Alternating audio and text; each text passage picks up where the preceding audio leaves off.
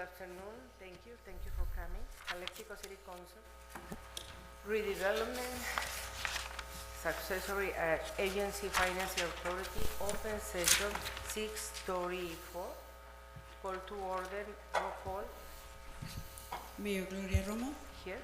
Mayor Pro Tem Gilberto Manzanares is absent. Councilmember Javier Moreno, Here. Councilmember Raul Ureña, Councilmember Camila Garcia. We have a quorum. Thank you. Pledge of allegiance? Yes, please stand up for the pledge of allegiance.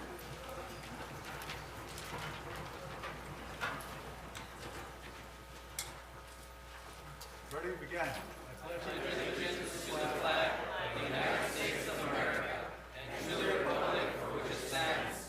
Mission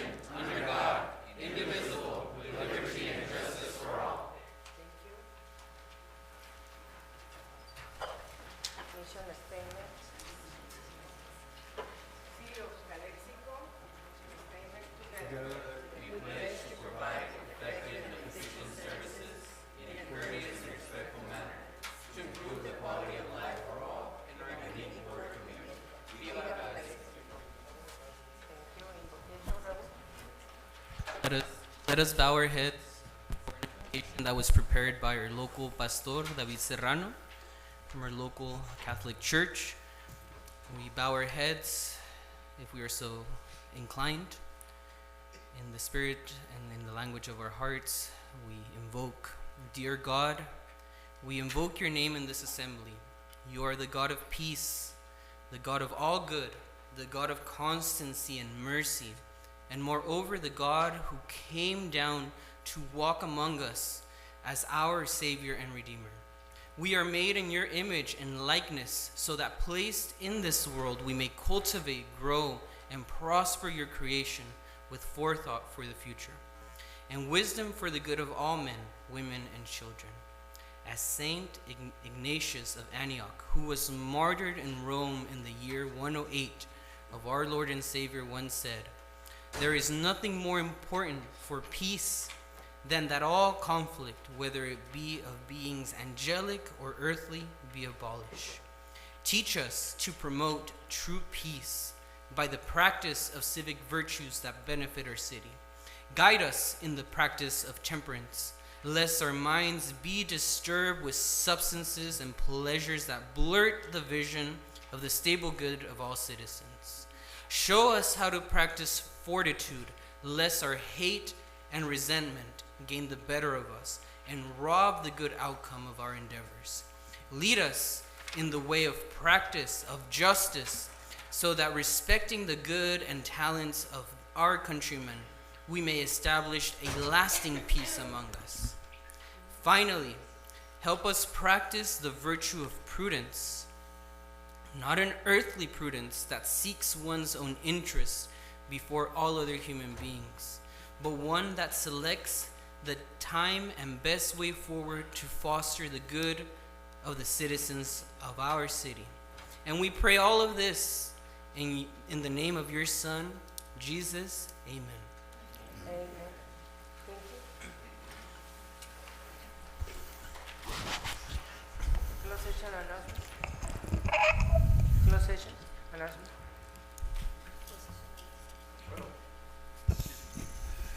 No reportable actions were taken. Thank you. Okay, thank you.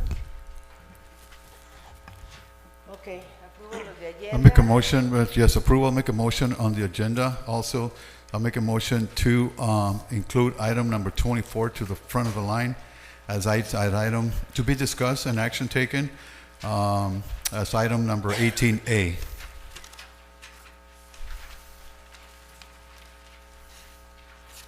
Number 24 is the adopted resolution certifying the results of special municipal recall meeting.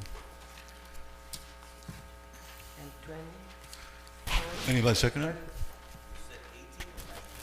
or 19. Well, it's got to be, see, the discussion action items would be 19, but we're going to follow after 18, so it's going to be 18A. That's what Mr. Attorney told me. No, it's discussion and potential. The approval action agenda, 19. I want item number 24, right? To be moved to 18A to be discussed first. on the discussion action item. An action item and Right. for 19, no? 19 for, and 19 is number 24? Yeah, switching 24 to 19. Okay. No, 18A, The first item on the first item of the agenda, yeah. Okay. Ms. Colio, add other emergency item? So a motion was made, so they need a second motion. There's a second by Mr. Garcia. Okay, so roll call. Mayor Gloria Romo, Yes.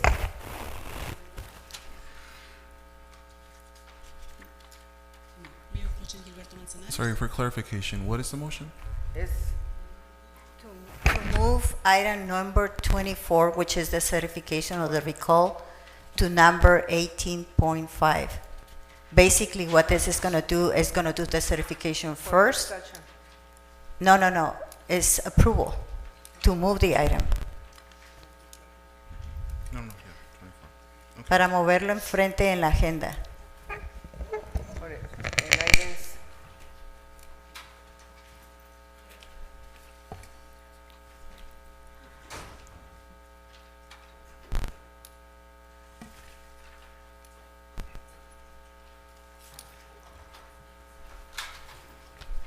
change for 24 for 19. Sí, lo que va a pasar es lo siguiente. Moviendo el número 24 Ms. Scolio, al número Scolio, 18. Scolio, hold on. For, You're not a certified translator. We should get her a translator. Okay, please. Okay, no, it's that's fine.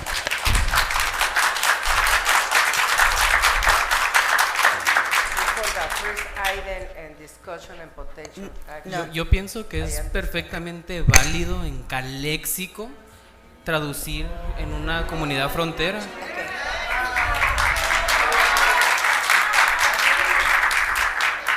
Okay, so I'm going to repeat the motion. But- The sí la- motion is to Sí. move the certification to first item and the discussion item. So from 24 to begin, to become number 18.5. That's the motion. Correct.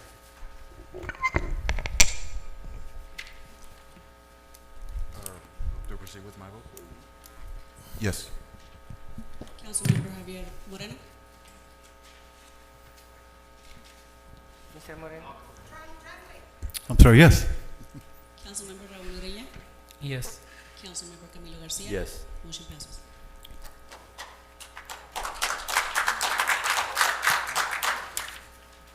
Okay. Public comments? This is the time for the public to address the city council on any item not appearing on the agenda that is within the subject matter jurisdiction of the city council. The mayor will recognize you, and when you come to the microphone, please state your name and place of residence for the record. While members of the public are encouraged to participate, it is unlawful to disturb or delay the council meeting with personal or slanderous remarks. The city council is prohibited by state law from taking action or discussing items not included on the printed agenda. If the item you wish to comment on is on the public portion of the agenda, we will take your comment when we get to the item on the agenda. Please direct your questions and comments to the city council. Our first speaker is Loli Torres.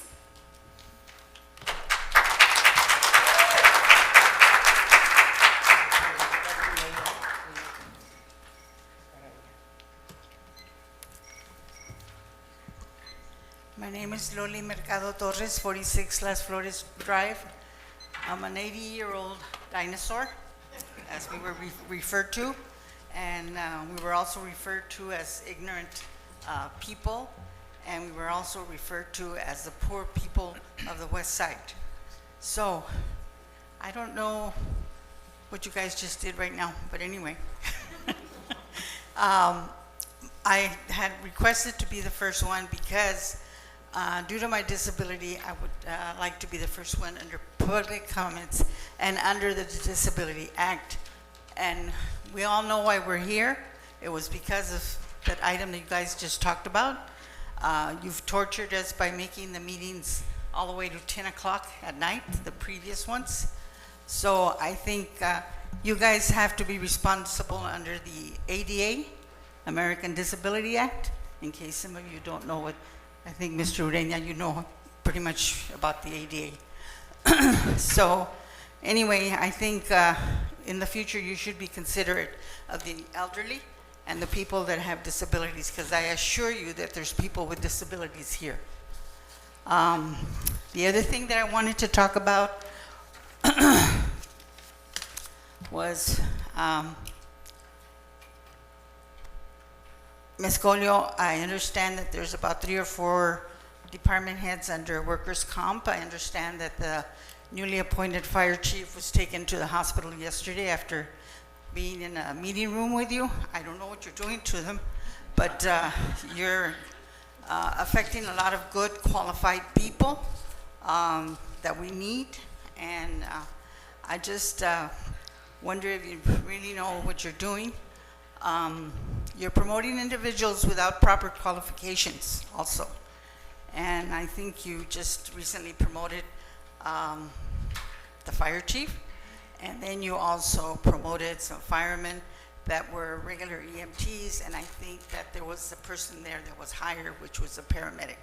I don't know where you're getting your qualifications. I don't know if you are aware that since you receive federal and state funds, that your human resource person should be advertising for the city positions through EDD, because you are a mandatory employer. So I hope that you do something about it, and basically that is it. Thank you.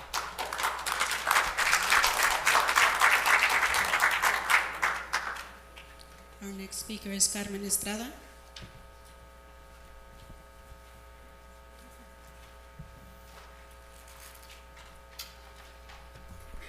Buenas tardes. Esta vez estoy aquí al frente. Si ustedes me conocen, pues he estado junta tras junta sobre los campos, y esta vez traigo algo bueno. Quiero darle las gracias a 5 trabajadores de aquí de la ciudad que desde hace un mes están haciendo un trabajo excelente. El día 6 de marzo se recomendó que hicieran algo para el campo Carmen Estrada y Gutiérrez, el cual yo les recomendaba a Lili, que nosotros trajimos ese proyecto hace 6 años con una compañía que donó a nuestro programa y a la ciudad la luz, todo lo que es de sprinkles. Y pues estos jóvenes, la verdad, me quitaron mucho estrés a mí, porque yo soy una persona muy insistente todos los días hablando, Lucy, esto, Lucy, acá, que un día un niño se cayó, que hay mucha tierra, todos los días. Tengo un mes que estoy muy relajada, porque hay 5 jóvenes que estaba observándolos yo, todos los días yo me llevo en los campos. Primero empezaron Carmen Estrada, el campo, esprinco por esprinco, por esprinco, por esprinco, lo hicieron perfecto.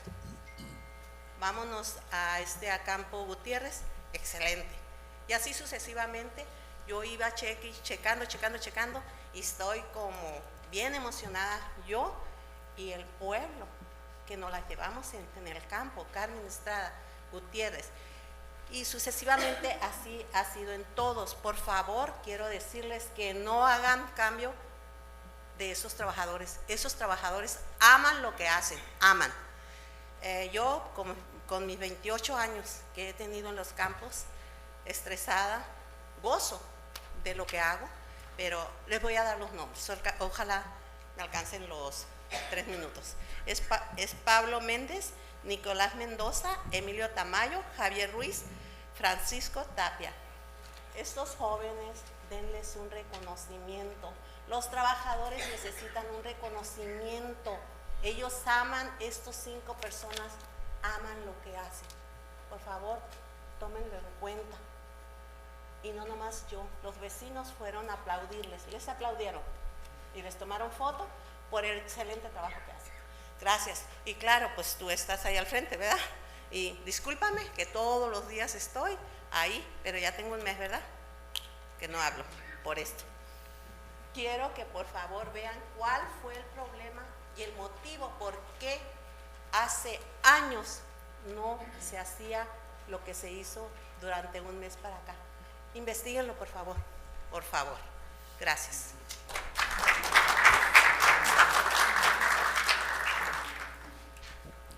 Armando Cárdenas and Linda Estrada.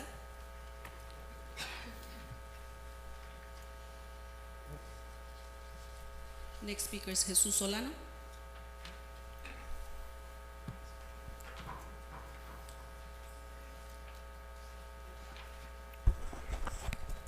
Jesus Solano, 426 Rose 1, Calexico. And this message is directed to the mayor. I am a humble man, but my humbleness has a limit. We had requested, because we approached 2 council members, because we were requesting a rotation on mayorship. However, you took it upon yourself like if you're a dictator. This is not a dictatorship. This is a democracy country, okay? You need to understand that. We are not in Mexico. We're next to the border, but this is the United States. Calexico is still in the United States, okay? So you need to stop behaving like a dictator. If there was a reason for the rotation, I don't know if you understand that when the residents submitted the recall papers to you, it wasn't to collect the signatures. We had already collected signatures, over 10,000 signatures for 2 elements, okay? Your situation was different. We were going to handle it different, and we are handling it different. It was to give you a slap that we were not in agreement, to dishonor you on your mayorship. That was the purpose of those papers, not to collect the signatures. Your legacy for the history will read, self-inflicted justice. Dromo fell on her own sword. You need to stop behaving like a dictatorship and respect the will of the people. I don't know what else you need. I don't know if you're expecting for the community to literally go up there and slap some common sense into you. We have spoken up, so you need to pay attention to that.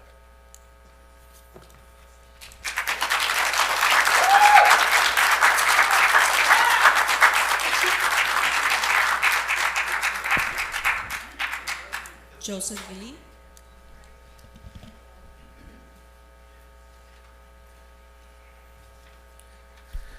Hello, good evening, everybody. Joseph Guillen, 404 East 2nd Street. Just before I get to what I actually wanted to say, it's just very, very weird that we have all this media here, you know? Like, we've been calling on media for days on end because we were getting removed from the city council. And all of a sudden, the protected class is getting removed, and then all of a sudden you're here the day of. Kind of weird, kind of suspicious. If anything, you guys should hear me out right now. This is the one that you're protecting, okay? Before I got off and I went to go sit down the last week, Manzanares called me uneducated. That's why he said something about, that's why you go get educated, people. Okay, these are the people that you're defending. These people do not like the citizens of Calexico. And if they could, they put us in jail. Okay? That's why they had 4 people on my mom. 4 officers coming off and removing her because she was saying the truth. That's true right there. That's what you guys should be reporting on. But no, yeah, exactly, ACLU, all of them. The LA Times too. Nothing happened. Why? Because the people spoke. The people spoke with more than 3,500 votes. And they said, I want those 2 removed. And then, hold on. And on top of that, they're not even humble. They want to call us uneducated after that. Man, that's elected leaders right there for you. Thank you.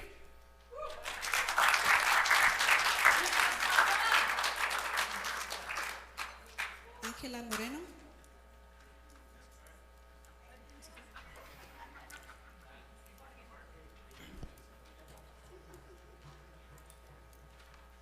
Oh, I'm so short. Hello. Good evening, Mayor, members of the council, city manager, council, and public. My name is Angela Moreno. I am representing Mujeres with Voice. Today, we come before you to report that last week, on Thursday, May 2nd, 2024, we conducted a Calexico City Council candidate forum. The community had the privilege to meet 5 interested candidates with an extensive background and knowledge on our city municipality. A total of 75 plus residents attended, and over 1,800 residents have viewed the live stream. We hope that you took the time to also view it. Our community has become more involved, and we will now be holding all of our elected officials accountable moving forward. We ask that the 3 remaining council members conduct an open and transparent process to fill the 2 vacant seats, and that you only keep the community in mind when selecting the most qualified candidates that can lead our city back on the road to progress. We would also like to inform you that our entire forum was conducted in English, but we had audio equipment and English to Spanish translator that cost us less than $200. Therefore, the city has no excuse to start following our current ordinance regarding the language issue. And not only this ordinance, but all other ordinances currently in place that are not being enforced, particularly in our downtown. The recall is now over, and we expect you to get back to business. There are no more excuses. Thank you.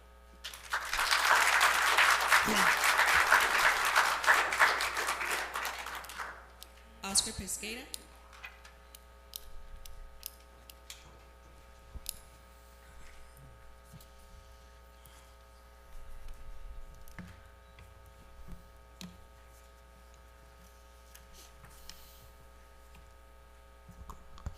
Hello, good evening, Mayor, City Council, City Manager, and all in public. I would like to start with expressing that our acting chief did fall ill yesterday, but he's doing well. He's doing well, thank God, and we wish him a quick to recover. We need him. The next item, I was questioned by a few people from the public as well. What's going on with Station 2? As some of you have seen or noticed, it's come to a halt. All the work come to a halt. As we all said months ago, as they open those walls and expose it, we will find more. And that's what happened. I ask you to find the proper team, reach out so we can move forward with that station. Because I said it once and I'll say it again. We don't have it. We're there in travel trailers, that's great. We're not there all day. We don't have it, they don't have it.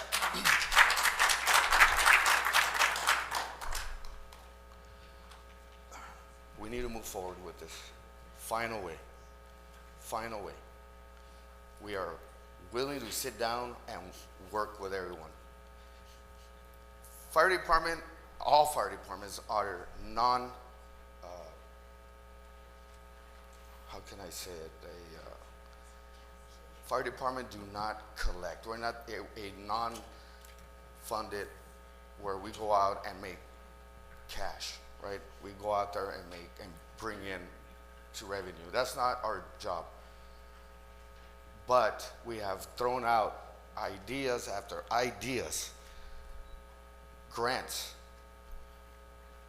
The new measure, tax, it will fix a lot of the public safety stuff. How the public feels about it, that's going to be tough. It's going to be tough to sell. We all know how the measure H went. But it is a good idea. But there are safer grants out there, new fee studies, the way to hire personnel. Hire personnel, they can come in as a single role. So we all say, what's a single role? You come in on the medical side only, not fire. That changes all the rates, how we pay personnel. It's those programs. We need to reach out. Personnel-wise, it's ongoing. It's ongoing. Personnel, from today to tomorrow, we all know, all my personnel knows we're not going to double in size from one day to the next. We understand that. We all know we're not going to get a brand new fire truck from one day to the next, or two. But there's plans out there to do this. I recently had a meeting and I was asked, why do you complain so much? My reply to that was like, it's not complaining, it's expressing strong concerns for the immediate needs of the fire department. Not just for me, not just for us over there, but for all of them, regardless of how they feel about you people up here. We will, I guarantee this, we will still answer the call. We will be out there with a 2007 fire truck that we have to reach out and pop open like the police cars from the back seat. We fixed over and over. We will make ends happen for these people over and over.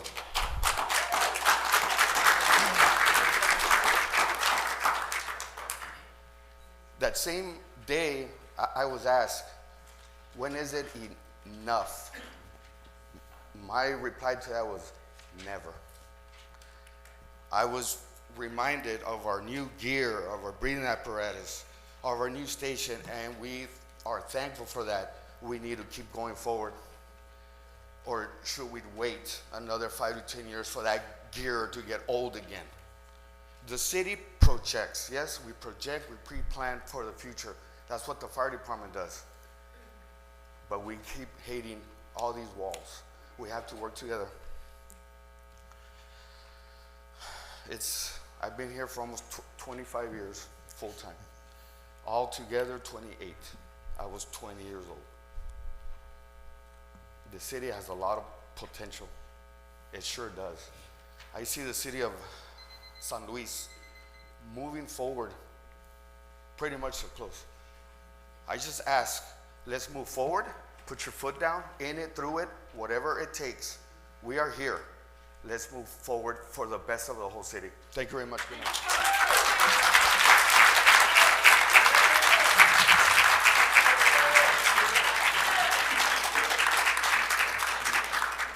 Next speaker is Alex Peroni.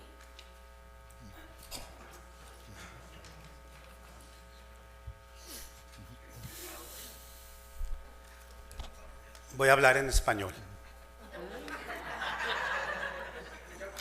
Ahora sí tenemos alcaldesa, ¿verdad? Porque otro decía que era alcaldesa, pero yo reconozco a la alcaldesa Gloria Guadalupe Romo. Te saludo, Gloria.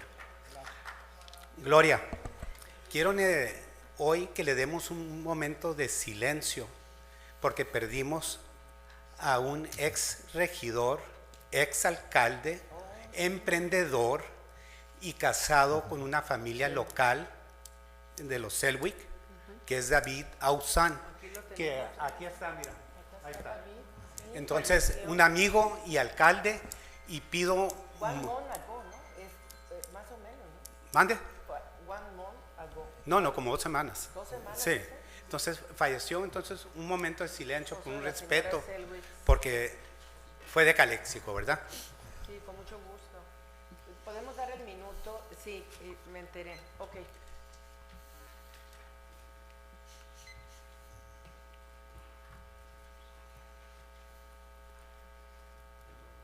Ok, seguimos. Gloria, tú me elegiste como tu representante en lo que es la zona centro de Calexico, y entramos con muchas ganas de trabajar, y porque tú me conoces, yo entro, órale, a chambear y a meter mejoras. Hace 2 años se aprobó primeramente en lo que era la zona centro, el BID, un dinero que fueron $50,000. Sí.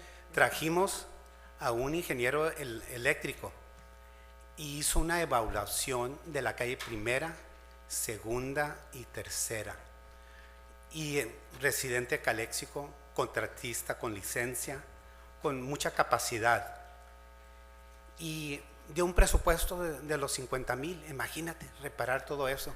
Iba a poner las luces como trenzas, como las que pusieron ahí. Qué bonito se iba a ver con Calexico y alegre. Pues ya pasaron 2 años, lo aprobamos en el bid, lo aprobó el City Council, hasta el momento no hay luces. Y cuando yo vine a hablar con la City Manager Colio, me corrió de aquí de las oficinas. Imagínate, correr a un ex regidor, ex alcalde y presidente de la zona centro. Imagínate. Sí se acuerda, ¿verdad, señor Colio? Y me va a querer refutar, pero es la verdad. Entonces me corrió. Desde entonces yo no me paro aquí para nada, porque con esas actitudes mejor hacerse a un lado. Quería que ahora que estés de alcaldesa, que promuevas ese fondo que se dio, $50,000, para que se active lo que es la zona centro, ¿verdad?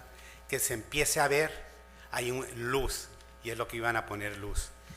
Y por último, vengo a despedir a Gilberto Manzanares y a Raúl Ureña, y no lo tomen a mal, porque no vengo en ese plan, los vengo a despedir. Tal vez su política no fue lo que ocupamos en Calexico, porque fue una destructiva, más trajeron división, pero algo sí te digo, lo positivo que trajeron, despertaron a los dinosaurios. Mira, aquí están. Pero, y gracias a ustedes, porque estaban dormidos ahí haciendo café, haciendo babosadas, y ahora se pusieron a hacer algo bien.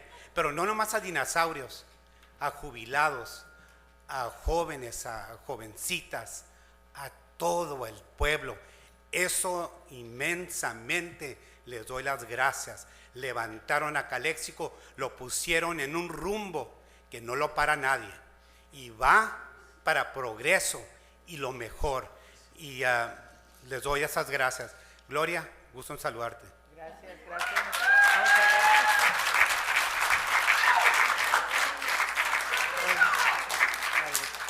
Y luego ya se va, mírala. No se vayas.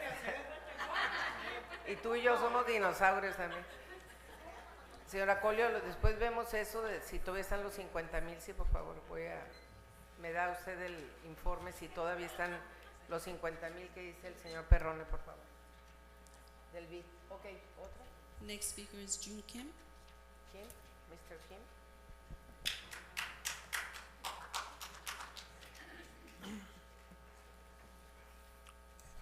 Buenas tardes. Voy a tratar el español, mi inglés es casi mismo. Todos pochos, ¿sí? Ok. Señor Perrini, ¿se fueron? Aplaude con él esa paciencia. Porque olor de aquí concilio no quiere acercar a la ciudad. Tenemos olor. Míralo aquí, agenda. Primero que todos, aquí tiene varios tierras vendiendo tierra a esas gentes públicos. Ellos quieren venderlo, ¿para qué? ¿Beneficio a gente o beneficio de quién? ¿Y por qué tan insiste ponerlo tiempo antes de irse, quiere tomar la decisión? ¿Qué gana? ¿Quién sabe? Pero esa agenda muy olorosa. Por lo mismo, no me quería perder el tiempo, más dedicando mi negocio mientras. Pero míralo, que gentes se juntaron, se hizo voz. Está 5,000 personas votado, pero marzo 3,000 gente votado. tiene muchas diferencias, gente quieres y se puede cambiar algo. Si aplaude para más adelante, más gente más involucrado, ustedes necesitan protegerlo. Aquí concilio gente y el Estado, ellos pensando, ellos como que rey de mundos. Pero ellos deben de cuidarlo con nosotros, no hizo. Y porque toda la propiedad que ellos quieren vender y algo gente ha hablado, necesitaba eso, no. Tierra con nosotros debe de guardar por el beneficio de comunidad. No debes vender. ¿Sí? Luego, y ahorita antes de irse, por tanto ellos todos para venderlo, por eso olor muchos. Si cuando ustedes se acercan con ellos, cuídalos. Se va a tocar el virus. Por favor,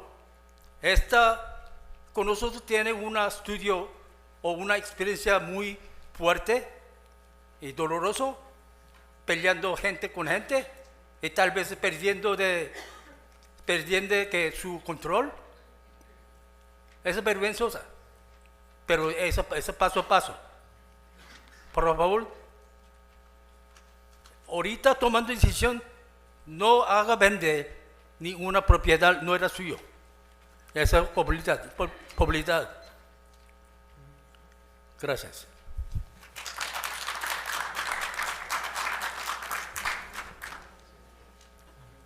Next speaker is Raúl Ureña.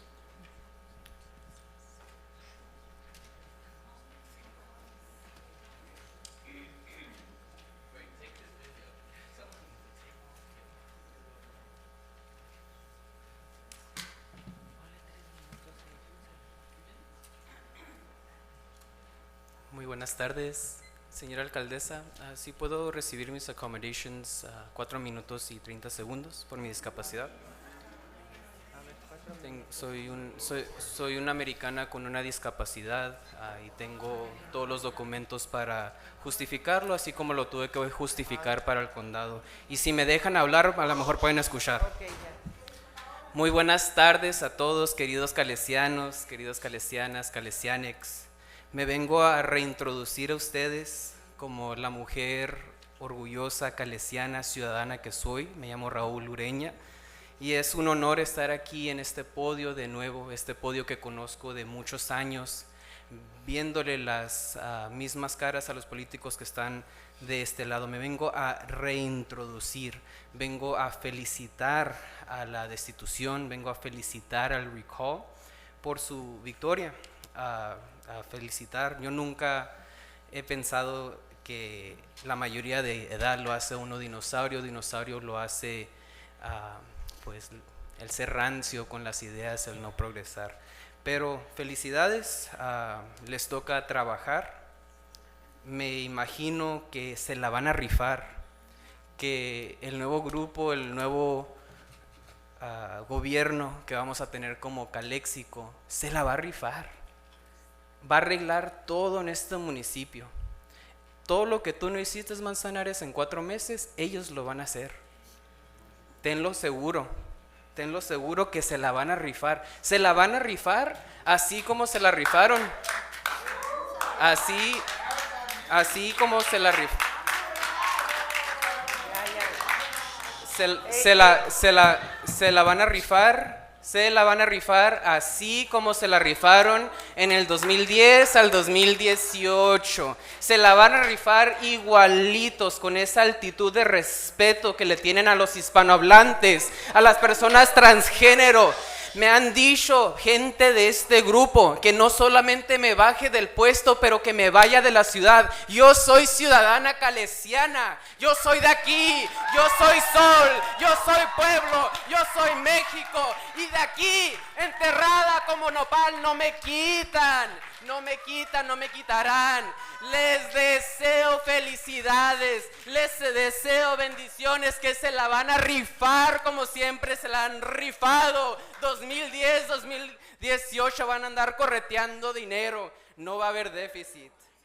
Quiero saludar a toda la gente traicionera de este pueblo. Ana Vizcarra, Lisa Perroni, Roxana Pacheco, la saludo. A los bomberos que les dimos un 20% de incremento histórico, histórico.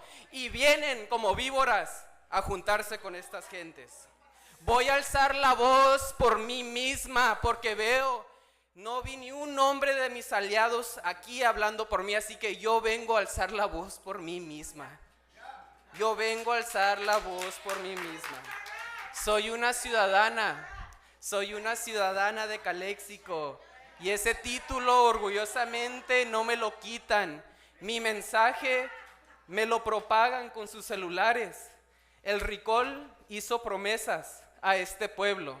Dijo que iba a mejorar el centro histórico, que iba a limpiar Calexico, que iba a aliviar el tráfico.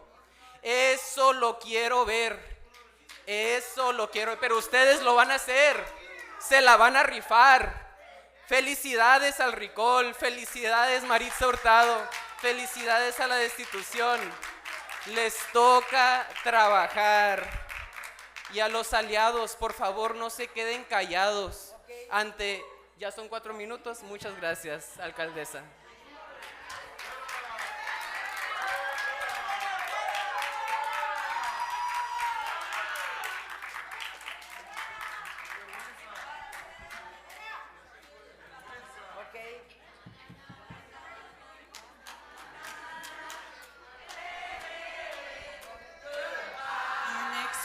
Is Liliana Hernandez.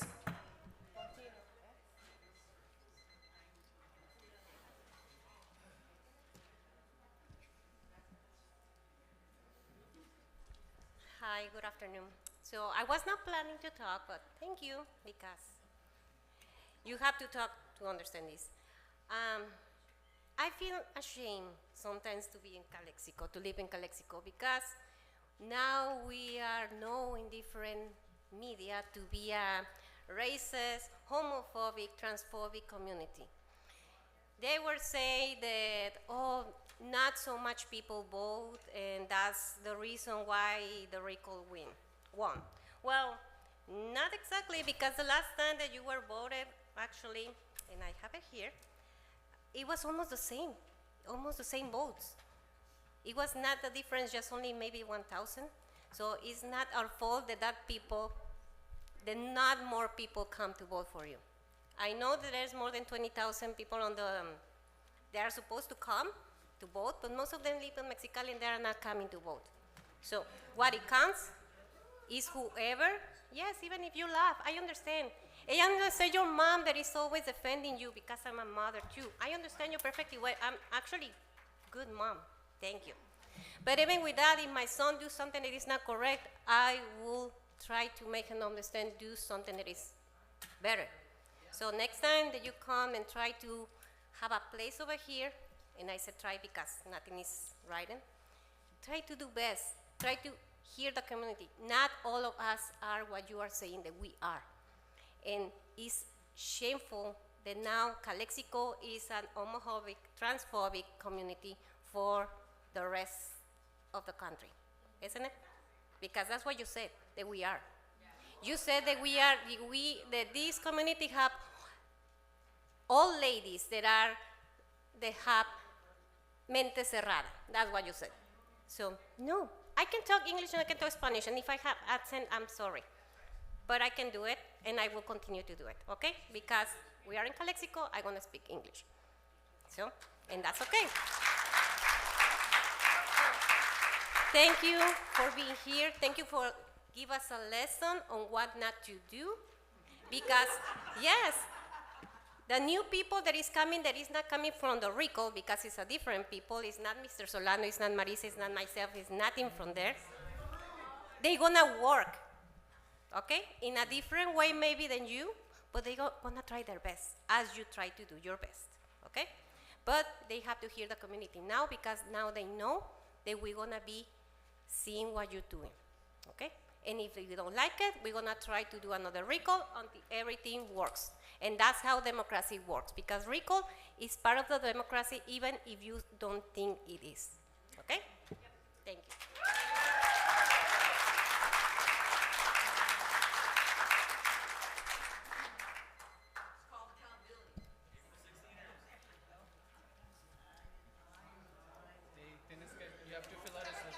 ya lo entregaste? Isabel Ureña.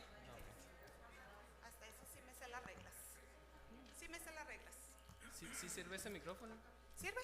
Sí. Pienso que no sirve también como ¿Se escucha? Este se escucha, no se escucha, la verdad. ¿Quieres usar este? ¿Se escucha? Si no hablo más fuerte, no importa. ¿Se escucha? Sí, ¿verdad? Ok, no, también como la señora, mi nombre es Isabel Ureña, 805 Rivera, para el record.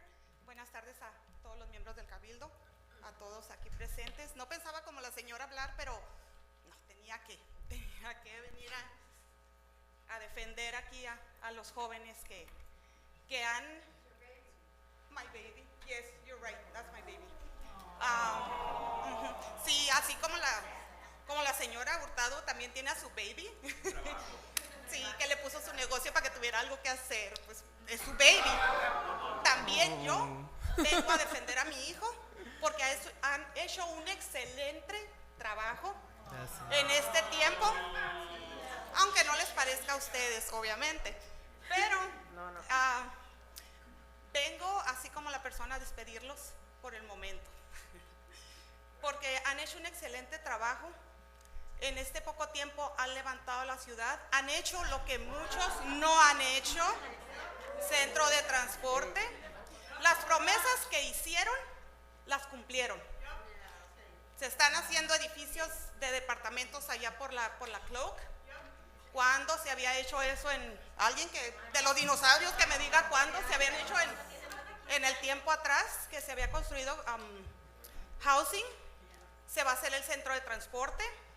Se arreglaron las bomberas, que cuando las arreglaron los anteriores, que me digan, que me den fechas. Bueno, creo que no va a haber fechas ni va a haber nada de esa información. Vengo a desearles lo mejor de la vida, porque ustedes tienen un futuro brillante, aquí o en China o en donde sea. Si los vuelven a elegir, es porque la gente quiere más de ustedes. Pero si la gente quiere más, con todo respeto, no sé si decirlo, pero más de lo mismo, y ustedes saben a lo que me refiero, pues que sigan votando por los del Rico y por los mismos que, déjenme aclarar, que las personas que van a entrar ahí son los puppets de los que están ahí. Son los mismos. Está la hija del Perrone, por ejemplo, que estaba en el panel. Está el señor Legaspi, que no sabemos qué experiencia tiene pues aquí, ¿verdad? Mis respetos para el señor. Esperemos que hagan un buen trabajo y superen a estos dos que están aquí sentados calentando asientos con la cabeza hueca, porque eso es lo que tienen, la cabeza hueca. Esperemos que saquen a Calexico también en ¿qué? 4 meses en adelante. Sí, tengo educación y él tiene educación, moral y valores, porque su madre se los ha enseñado y su familia. No sé si ustedes los conozcan, perdón, pero cuando gusten, ahí alguien dijo que no debería meterme, pero lo siento, me van a seguir viendo.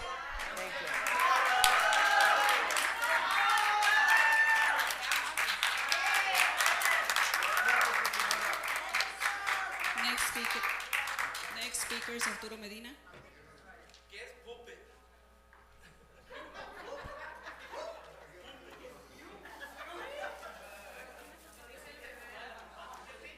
Good evening, everyone. Buenas noches. Un saludo a todos ustedes. Miren, yo soy una persona que estoy bastante ocupado durante todo el día, durante toda la semana. Tengo una familia joven, tengo un trabajo que atender y a veces necesito hacer tiempo para venir aquí y compartirles la situación en que se encuentra esta ciudad. Y yo voy a hablar principalmente del estado de las calles y de 2 lugares en especial que vienen siendo Jasper Road, Bowker Road. Y el día de hoy sufrió mi camioneta una llanta ponchada debido a todos los baches. Y quiero aclararles que este problema no es de esta administración únicamente. Este problema lleva décadas. Yo llevo mínimo 15 años, desde la primera vez que vine a solicitar un alto para la esquina de donde vivo allí, del Parque Córdoba, Nixon y Meros. Varias veces vine aquí en persona, escribí varias cartas, inclusive algunos de los representantes de ese tiempo me dijeron, sí, cómo no, se lo vamos a arreglar. Hasta la fecha no ha sucedido. Han colocado altos en otras partes, pero ahí no. Lo mismo con la falta de reparación de Bowker y de Jasper. Y entre otras cosas también el lote baldío que se encuentra allí saturado de basura, de animales muertos y un montón de cosas que suceden allí. Estos son los dos clavos que poncharon la llanta el día de hoy. Tuve que ir a arreglarla. Y este es otro, miren. O sea, ya van dos veces que se ha ponchado. Es muy costoso la reparación de este tipo de cosas, pero lo más costoso son los accidentes que pueden provocar y las vidas que pueden perder las personas que sufren este tipo de cosas. Entonces yo vengo aquí a mencionar esto para que lo tomen en cuenta, pero verdaderamente que lo tomen en cuenta, digamos, no solamente las personas que están aquí, sino las personas que van a entrar. Y que lo tomen en serio, porque eso es verdaderamente la responsabilidad de los representantes políticos, que pongan a un lado sus intereses personales. Digo, a mí me gustaría eso, aunque es muy difícil, porque se necesita conocerse uno mismo. Bueno, muchísimas gracias. Pasen muy buenas noches.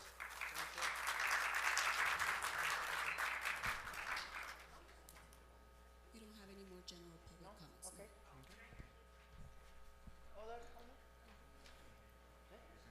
Okay, but- okay. We just got another public comment. I'll fall asleep in a second. I'd like to make a public comment. If I may, do it from here. O lo hago desde ahí, como quieran. Déjalo desde ahí, pero...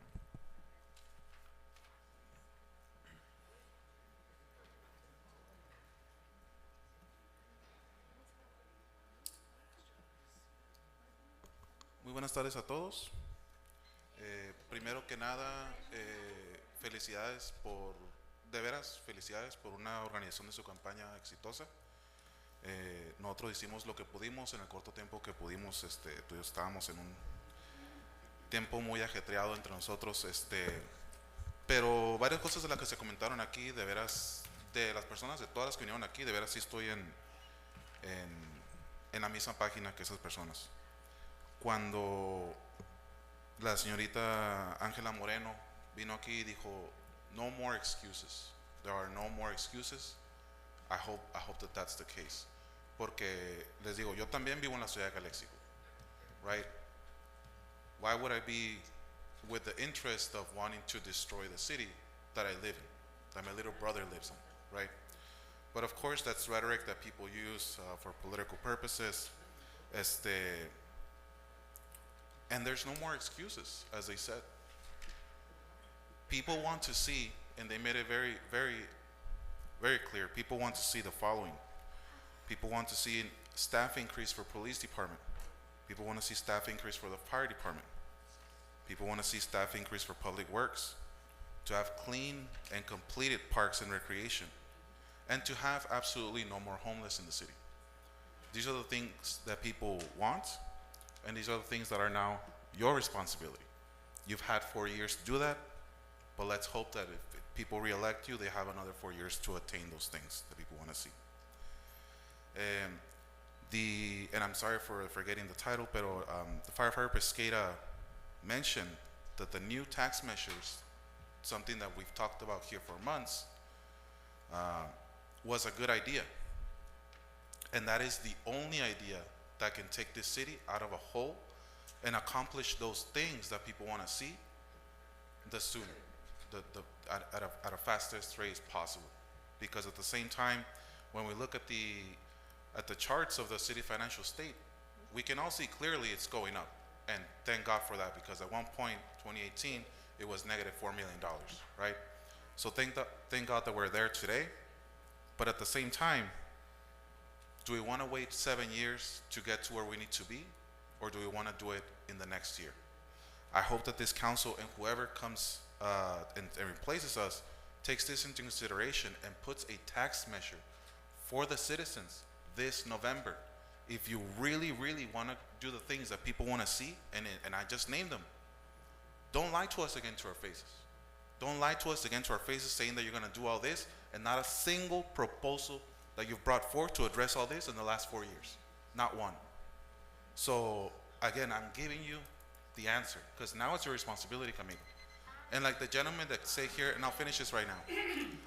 Like the person that came up here right now. Mayor, may I finish? It's 15 seconds, no te preocupes.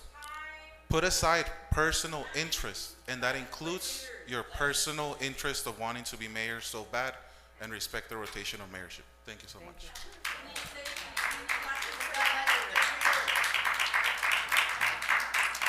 Next speaker is Jasmine Lee.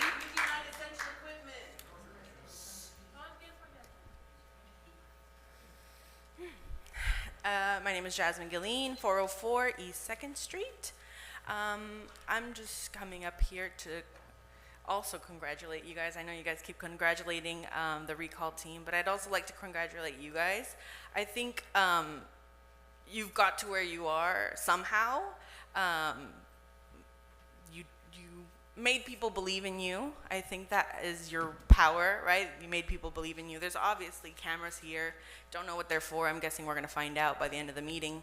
But there's a reason why I guess people are like following you, both of you, right, and your politics, because it's the way that you're able to convince people of something that's probably not true, right?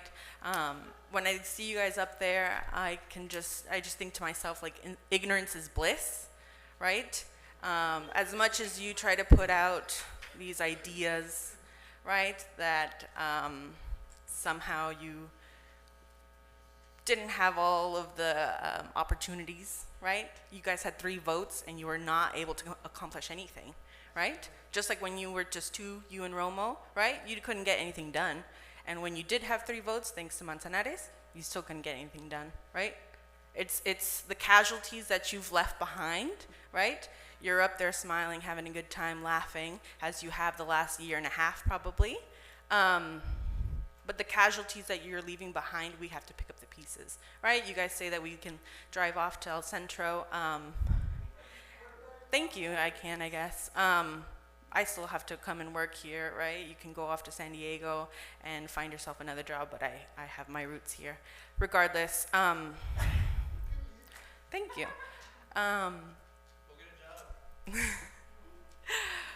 But we have there's real people involved here, and I don't think you guys understand that. I came up to make this comment because I saw Maricela. She's the one that owns the Pan American P.O. boxes on Pollen. And I remember reading the article last week, I believe, that she found a dead man in front of her P.O. boxes, right? Her place of business, her source of income, that's her livelihood. And you guys do not realize that, right? You guys like to complain about Javier and Camilo. They're not able to do anything, right? You guys have the votes, right? But when it's people like her, right, having to find a dead body in front of her place of work, that's trauma. That's a real victim, right? Because they have, I'm not the politician, ask them, right? They can do good things. You guys have all the abilities to do good things, and you don't, right? Instead, you lie to people, right? You have your own corruption going on, and that's what you use your 5 minutes for, right? To shame everybody else and make yourself look like a victim. Thanks. See you hopefully never.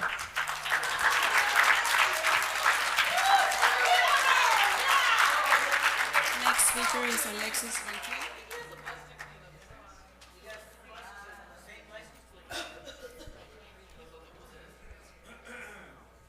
Los autobuses están estacionados. Si esa es tu pregunta.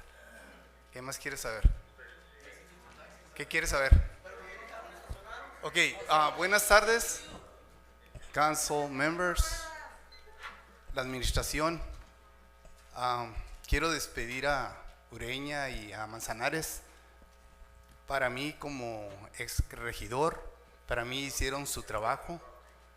Lo hicieron para mí excelente, porque la verdad hicieron varios cambios que también en mi tiempo también no se hicieron, pero desafortunadamente en mi tiempo también estuvo Maritza Hurtado, y Maritza Hurtado demandó a la ciudad por gran cantidad.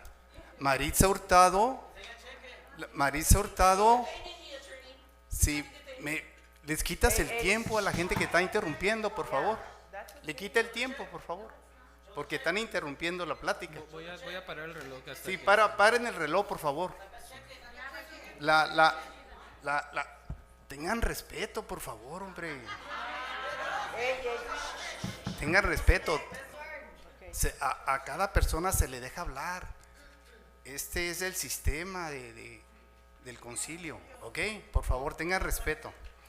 Entonces, como le estaba diciendo, Maritza Hurtado ocasionó gastos, demandas a la ciudad de Calexico, y esa es la razón, el por qué Calexico ha sufrido tanto, por tantos años.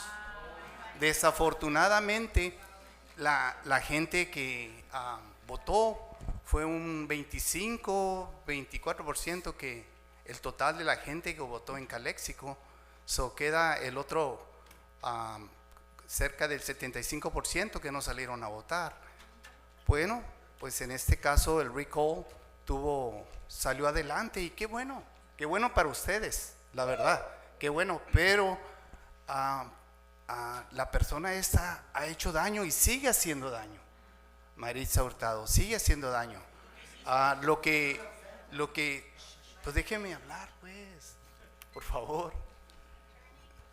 Paren el reloj ahí. La razón, el por qué les digo eso, es porque mucha gente no sabe eso. No saben que esta señora le sigue haciendo y le va a seguir haciendo daño a la ciudad de Calexico.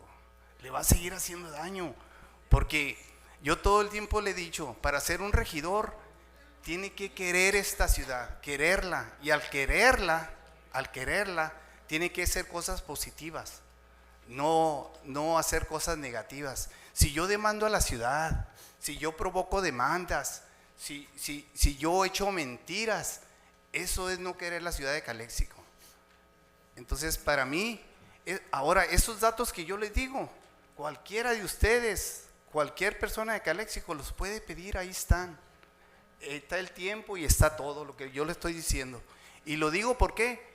Porque hay mucha gente que miro que hablan en el recall yes, que no saben estos problemas que ocasionó esta persona. Entonces, yo como lo viví y como lo sé, se los comunico a ustedes. Paren el reloj, por favor. Paren el reloj.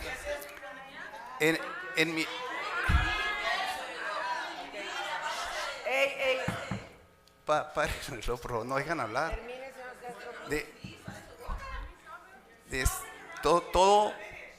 Todo esto es ocasionado por regidores y regidoras como Maritza Hurtado. La verdad. Entonces, esto va a continuar si siguen haciéndole caso a personas como Maritza Hurtado. La verdad. Hay que ser conscientes, hay que salir adelante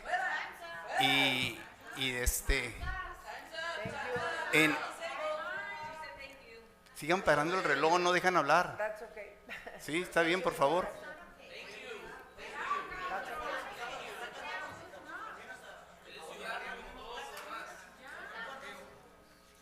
En mi tiempo,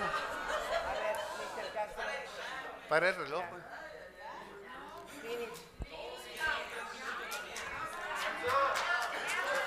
dejan hablar, pues. ¿Ya puedo seguir? ¿Ya puedo seguir? Ok, ahí va, ¿eh? ¿Me permiten?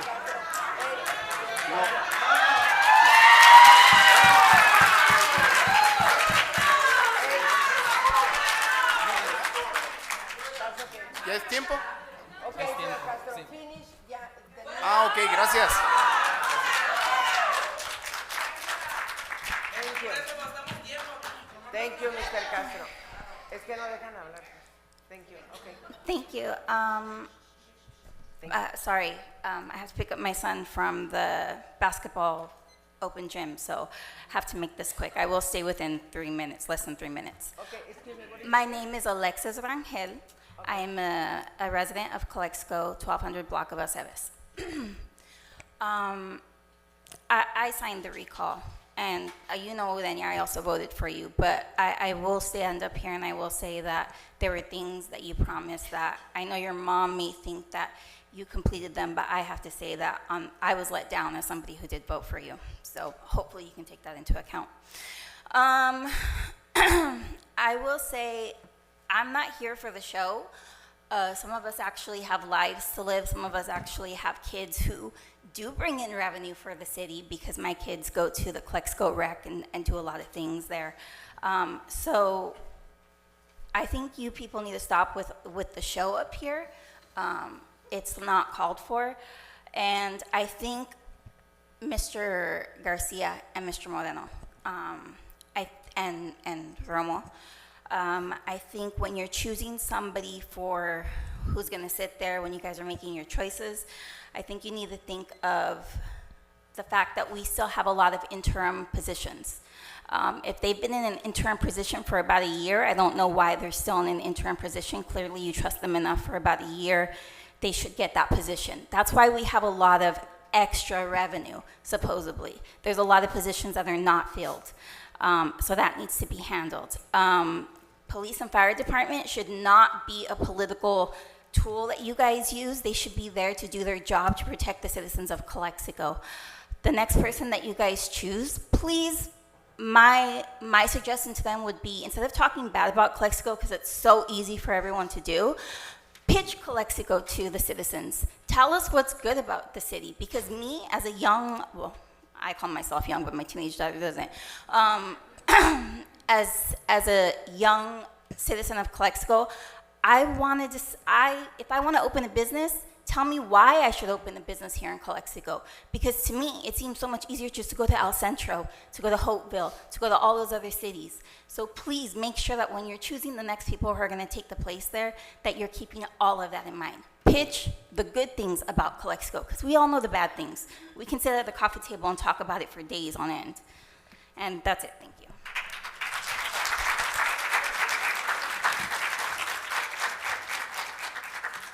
Next speaker is Judith Manzanares.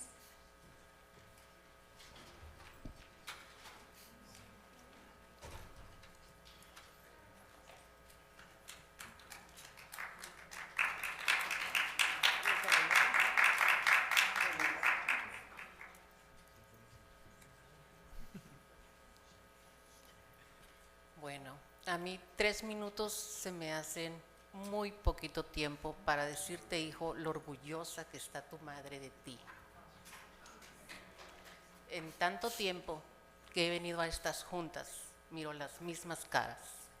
Estoy orgullosa de ti porque voltearon a verte, porque tuvieron miedo al gran cambio que tú traías para esta ciudad. Eres mucho, Gilberto Manzanares, para Calexico. Y eso es lo que vengo a decir. Mi hijo está bastante superado, ha tomado esto con entereza, me ha dado una gran muestra de lo que es él. Y es por eso que a eso vengo, hijo, a decirte que estoy muy orgullosa de ser tu madre, Gilberto Manzanares. Y sé que vas a salir con la frente en alto de todo esto y que vas a seguir adelante. Esto solamente es una piedra, hijo. Las piedras no se patean, ni se le saca la vuelta. Se busca la forma de cómo salir de todo esto. Y sé que tú lo vas a hacer. Muy orgullosa de ti, hijo, y salga con la frente en alto. como todo un Gilberto Manzanares. Gracias.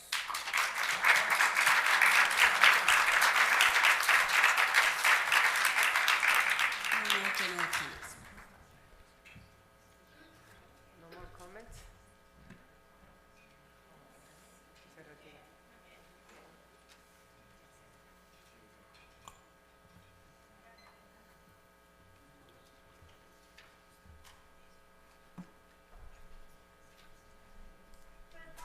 Thank you, Mr. Manzanares. Hey, shh. Thank you.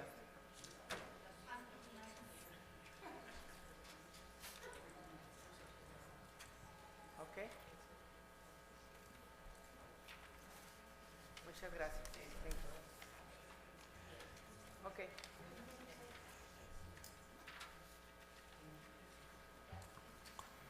Continue. Ojalá podamos continuar tranquilos porque ya ganaron, están todos muy bien, gracias a Dios. Y saben que nos estamos mirando muy mal.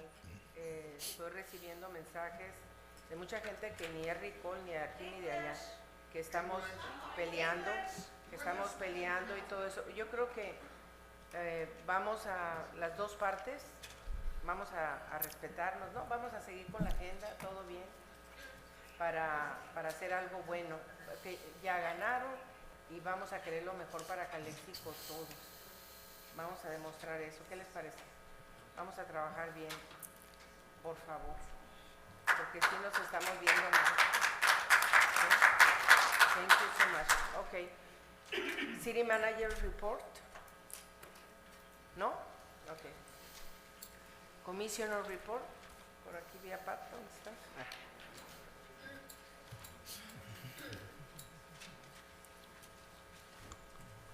Good evening, Honorable Mayor, members of the council. Patricia Oreña, Community Services Commission Chair.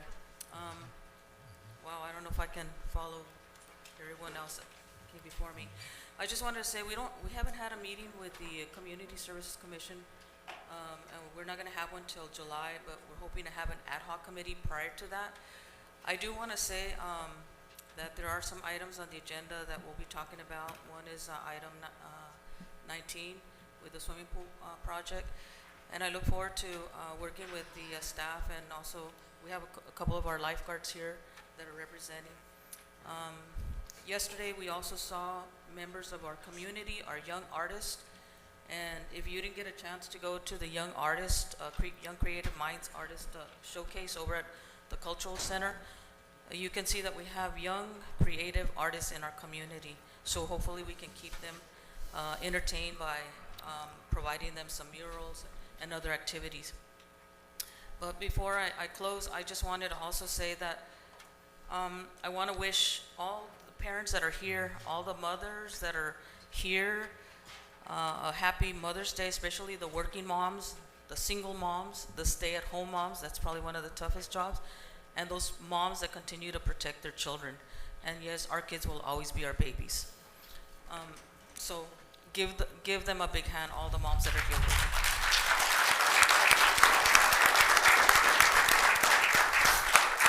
So I just wanted to say that on behalf of the Community Services Commission, we don't have a report to give, except that we look forward to continuing to work with the council, and we're hoping that maybe in the fall we'll have a joint meeting of the council and the Community Services Commission. So we look forward to meeting with you on that. And thank you, everyone. Have a great evening. Sorenya, can you hold on? Mayor, can I say something? Real quick. In terms of the pool, the swimming pool,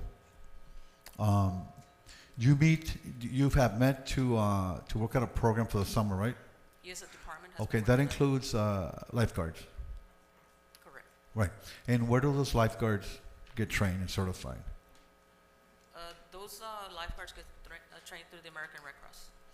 Okay. And has the American Red Cross been the vendor we go to always? Yes, it's the only agency that does certify people that work at municipal pools. Okay. All right. Thank you. You're welcome. Thank you,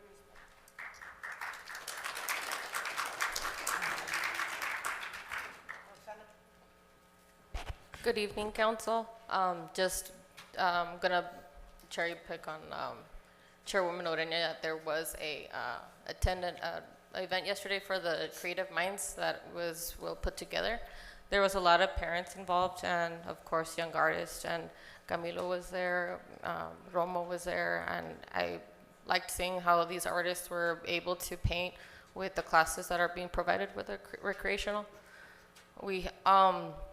But yes, kudos to Ms. Gerardo and the recreation department.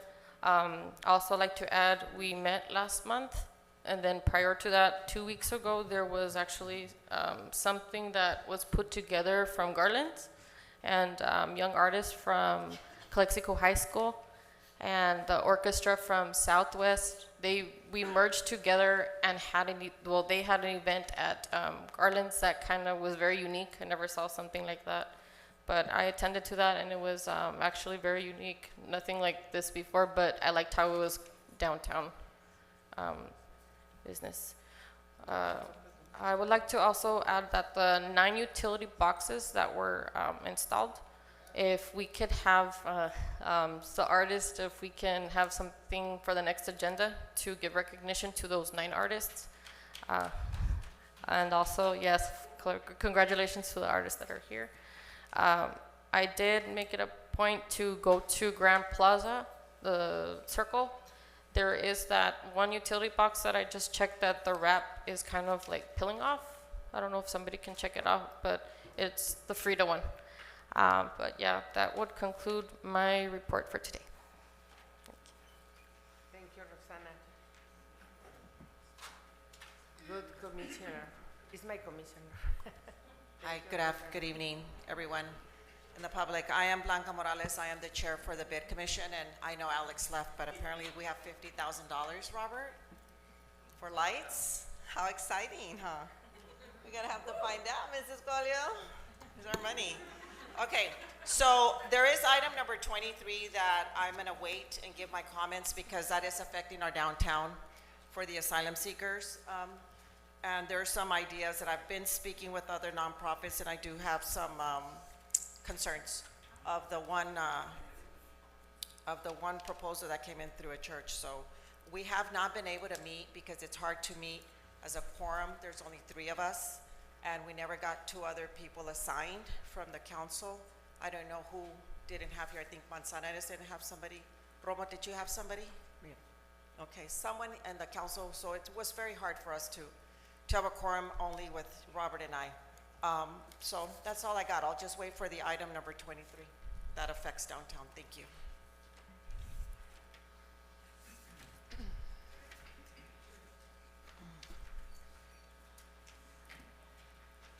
No? City Council comments and reports. I'll wait for the espero al último. Okay. Thank you. Yes, a couple comments.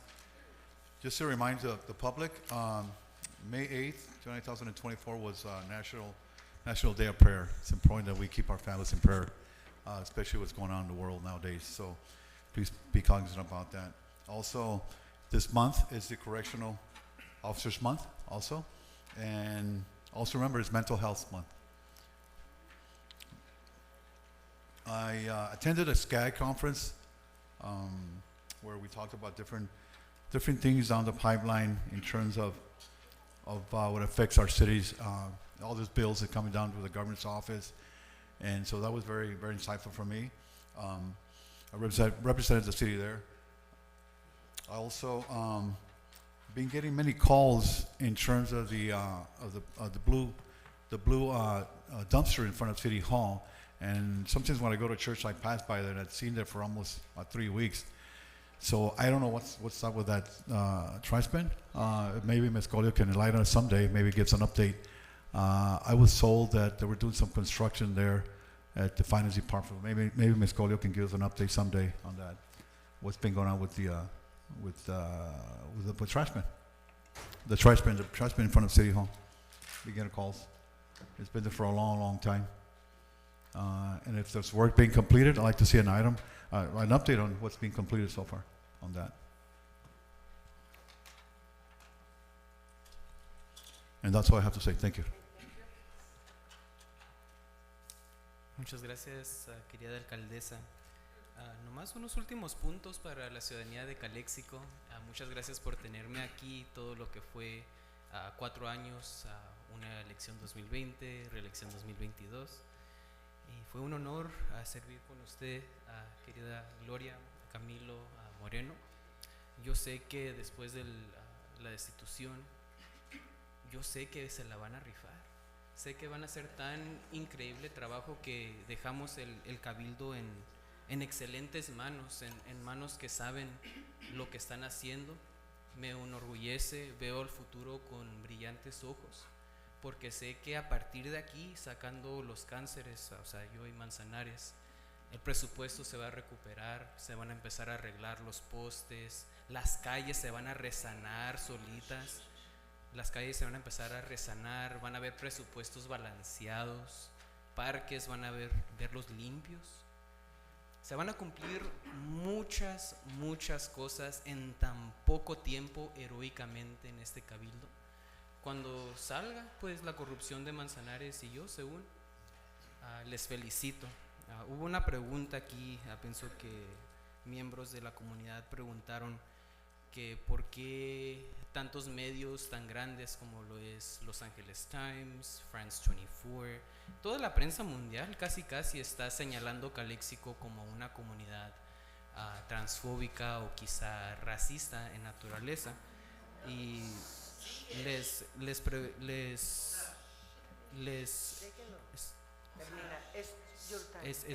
mi tiempo para dar mis últimas palabras. Okay. Ahorita está bien. I can translate for the attorney and I will. Por esta vez es su participación. Déjenlo hablar. Va a decir lo que va a decir. Él se está despidiendo, por favor. Nomás escuchen. Nada más escuchen. Es todo. Thank you. Thank you.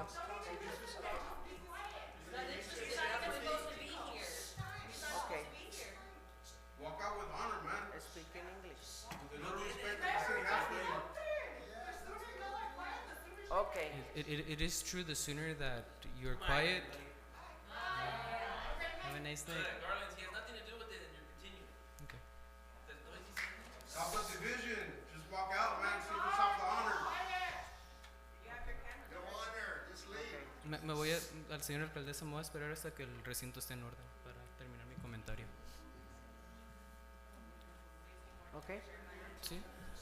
No veo el recinto en orden todavía. Disculpe la molestia. Ok, muy bien. Continuando. Hubo una pregunta de la comunidad. De por qué tantos medios tan grandes como Los Angeles Times, Univision, Jorge Ramos, France 24, prensa verdaderamente de carácter nacional y mundial, está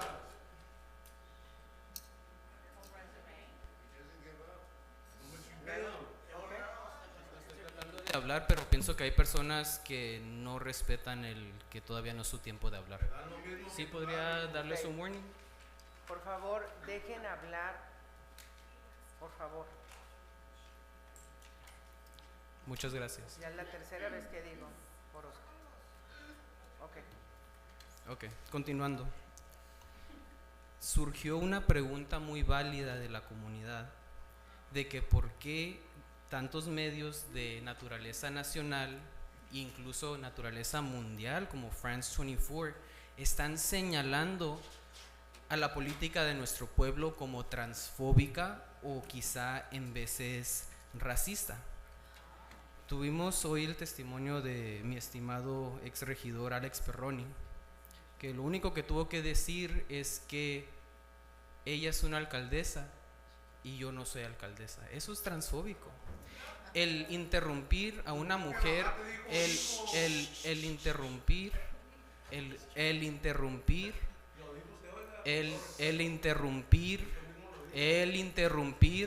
a una mujer de edad mayor, latina, mexicana, como lo es la alcaldesa Gloria Romo, el insistir en la separación entre los hispanohablantes y los anglohablantes en este pueblo es racismo.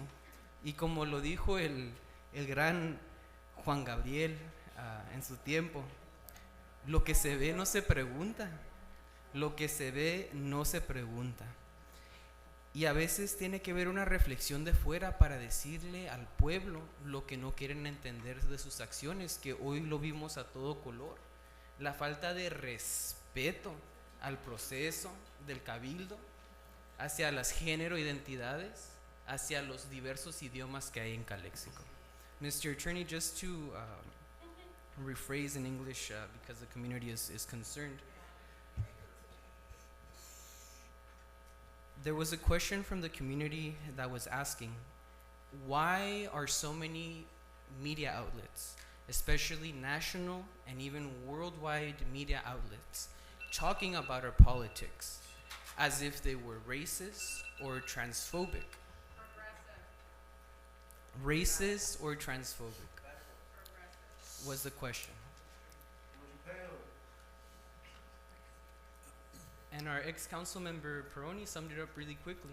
He said, a real councilwoman is a woman like Gloria Romo. I am not a woman, and that is transphobic to deny somebody's gender identity. Repeatedly, in this brief time that we've been here together as Calesianos, we have some members of the community that continue the segregation of Spanish speakers and English speakers in the community. And they don't think that that is racist. That is racist. We're supposed to be uniting people across languages. There are cities like Los Angeles that don't translate simultaneously to one language. They translate simultaneously to more than 10 or 20 languages, simultaneously back and forth. In 2015, we had a council member up here who had to receive Spanish to English translation outside of the city ordinance just to understand the community. That is racism in action. And so sometimes we do need media outlets from the outside to show a mirror to what we might not be able to identify in this moment in our politics. That being said, esta es una despedida, Calexico, de este término. Les agradezco.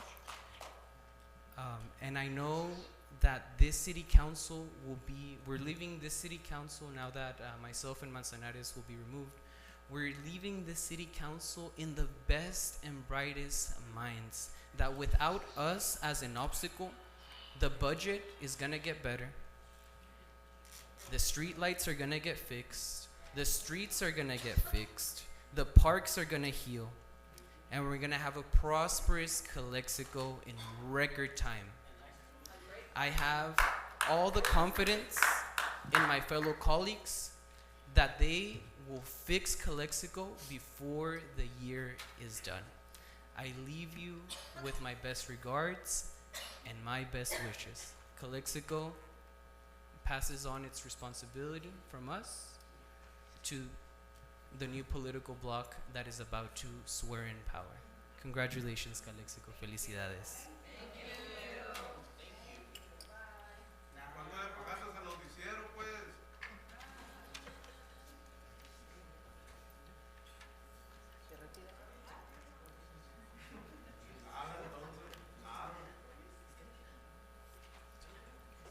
Se retira.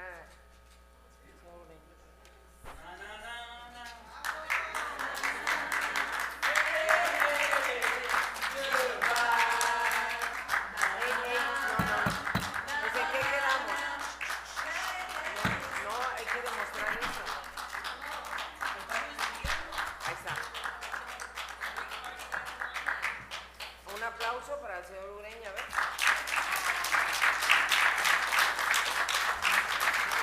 Gracias, gracias.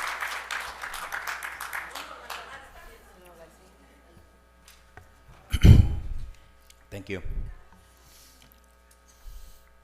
You know, this is gonna sound cliche, but I think it's time some healing, some coming together. There was a lot of back and forth. We all know that.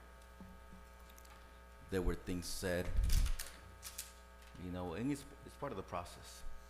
One of the things that I always share with you, ever since I was interested in coming to this dais, was that I wasn't going to promise to fix everything, because we were going to work together, right?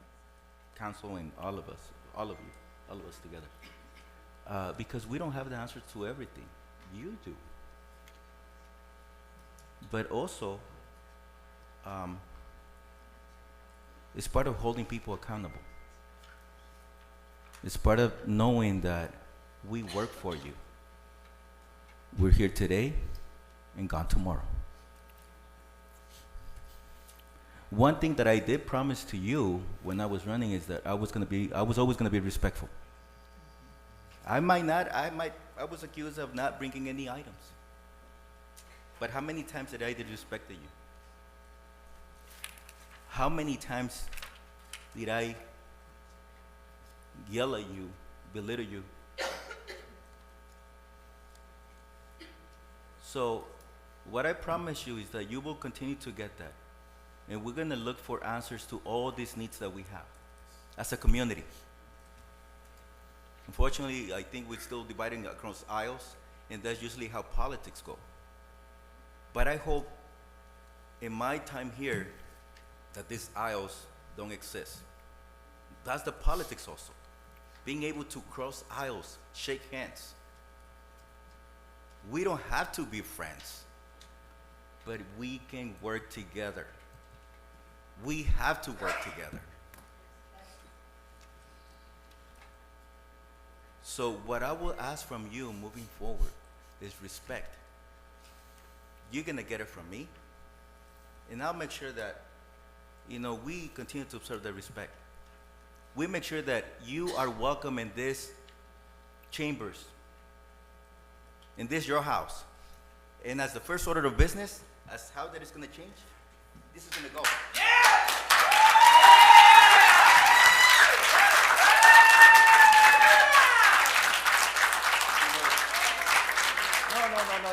There's no reason for applause. But it was said that we felt insecure, that we were threatened. I never felt insecure. I never was threatened. So I want you to feel that and know that when you come over here, you're safe. You're going to be able to express yourself. We're going to listen to you. Okay? There's no need for the table out there also. Okay? So I want, and if we have to take a vote for that, I want that table removed for next meeting. And if it is still there, please, let's remove it.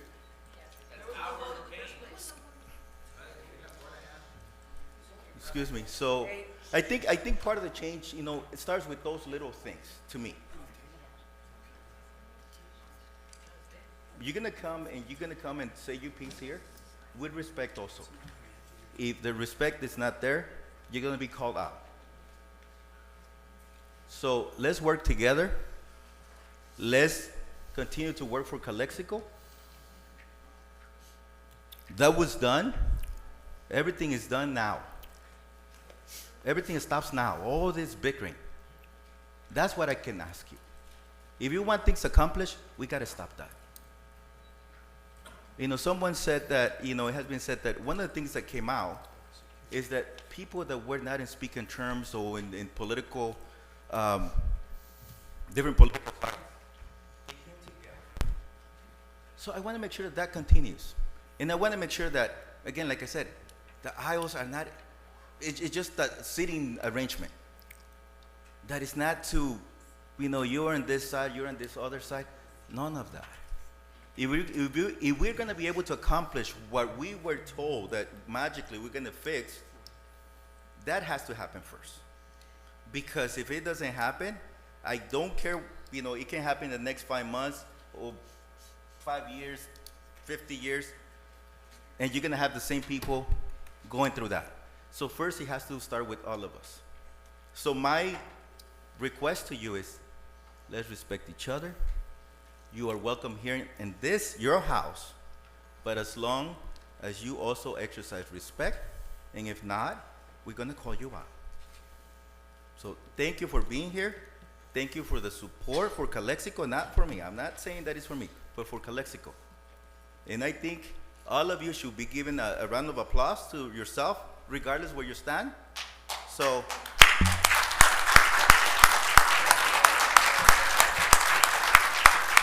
thank you and welcome to a new Calexico. Thank you. Thank you. Thank you, Mr. Garcia.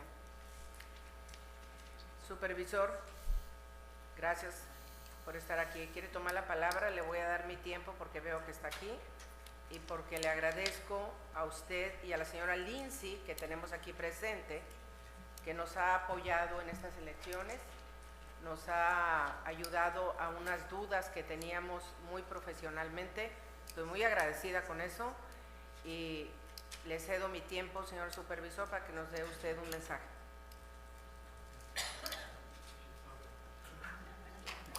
Thank you, Lindsay.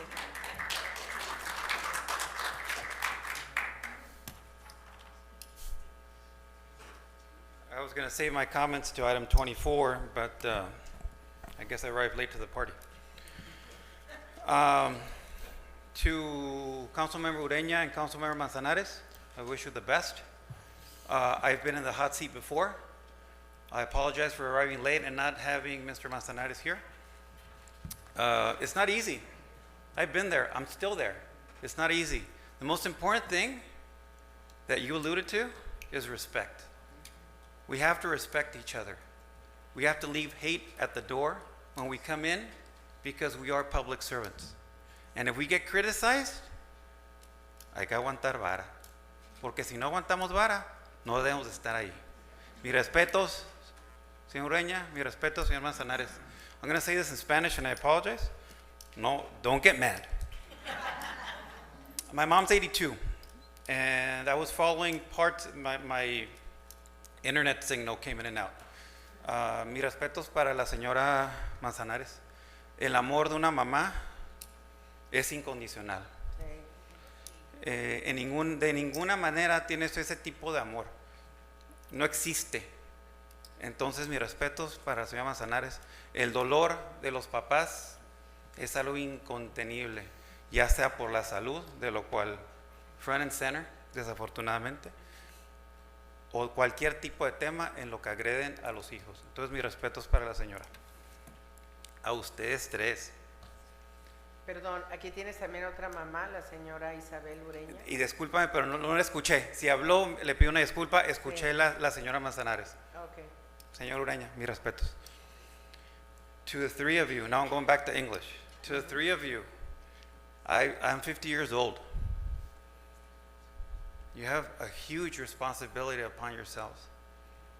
I have never seen Calexico as divided, as hurt, as demolished, financially.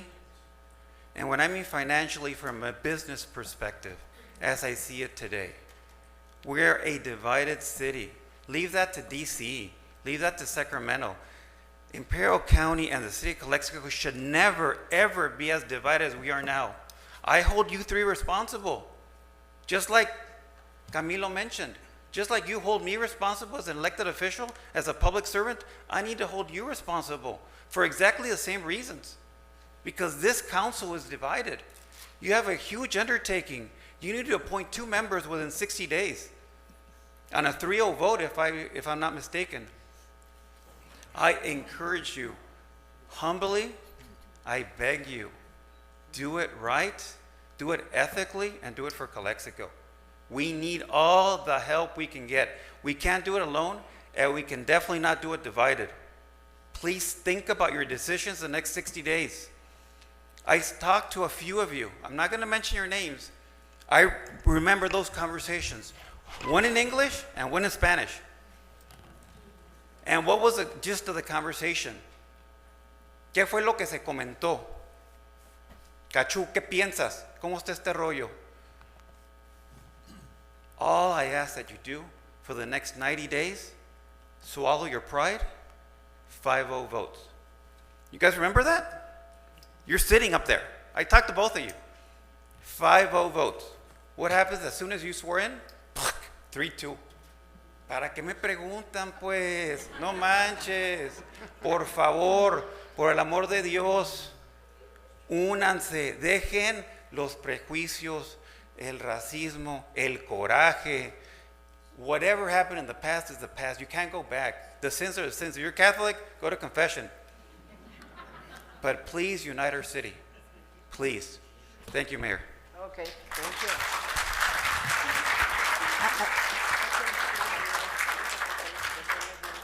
Mayor Romo, would you like me just to clarify one thing Okay. Mr. Escobar mentioned? Okay. The decision on appointing 2 city council members is a 3-2. It's majority of votes. It doesn't require the 3 of you to be I know. on the same page. So do Okay? Thank you. Okay. Consent agenda. For consent agenda, what number? 17 and 18. Okay. You need a motion for that?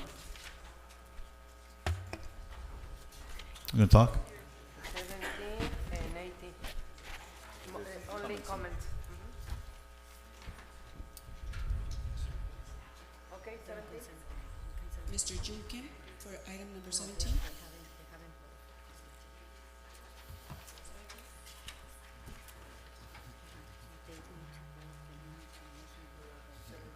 Not to 24 yet? Okay. Okay.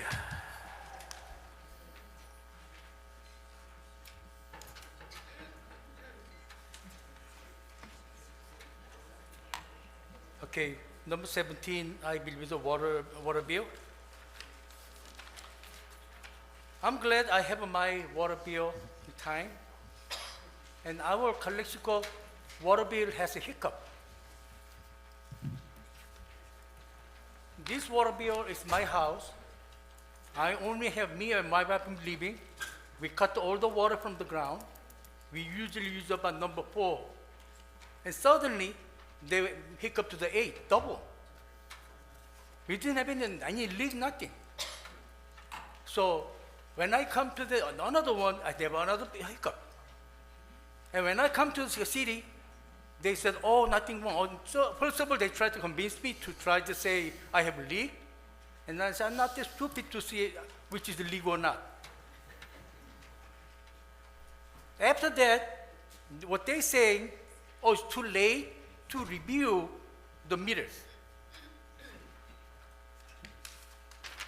This water bill belongs to my store, my business. Another one, they have a hiccup. You see the bottom, several months, I just said, don't use nothing. And then they're waiting for the later, I got skyrocketing. This is not only me. I've been seeing a lot of people. Our city council, what they did, they don't do nothing. They said, oh, it's for the Calexico. Water bill impacting our business, our life. And then now, the council, instead of looking for the lower the rate or try to have some good condition of the water bill process, they are looking for the only how to close down, how to cut the water. When I was a mayor, I asked the city manager, don't cut anybody's during the holidays. Even we're losing money, at least give them chance to pass the holidays. Of course, Christmas time, like that. People need the money. And instead of this one, our council is considering looking for how to cut the water. As our water bill system has automatic. The company, they send the signal how they use it, they have there. So I request the council to set up the internet through the internet.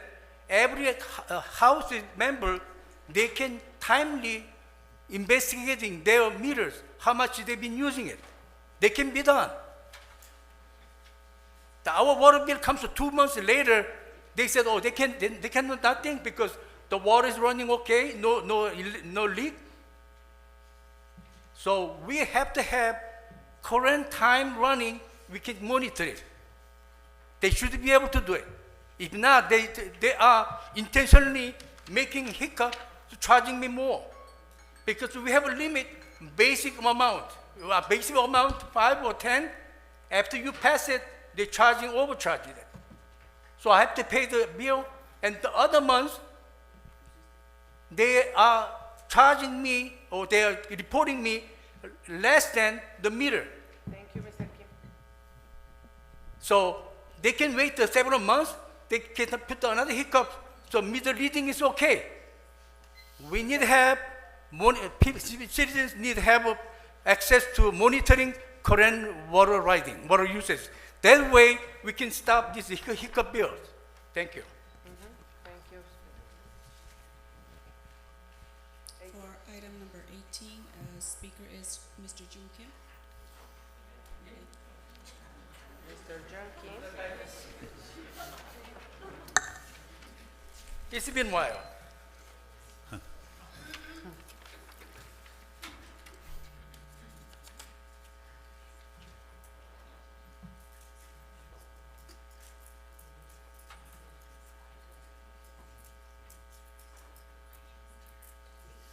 Yeah, occupy the.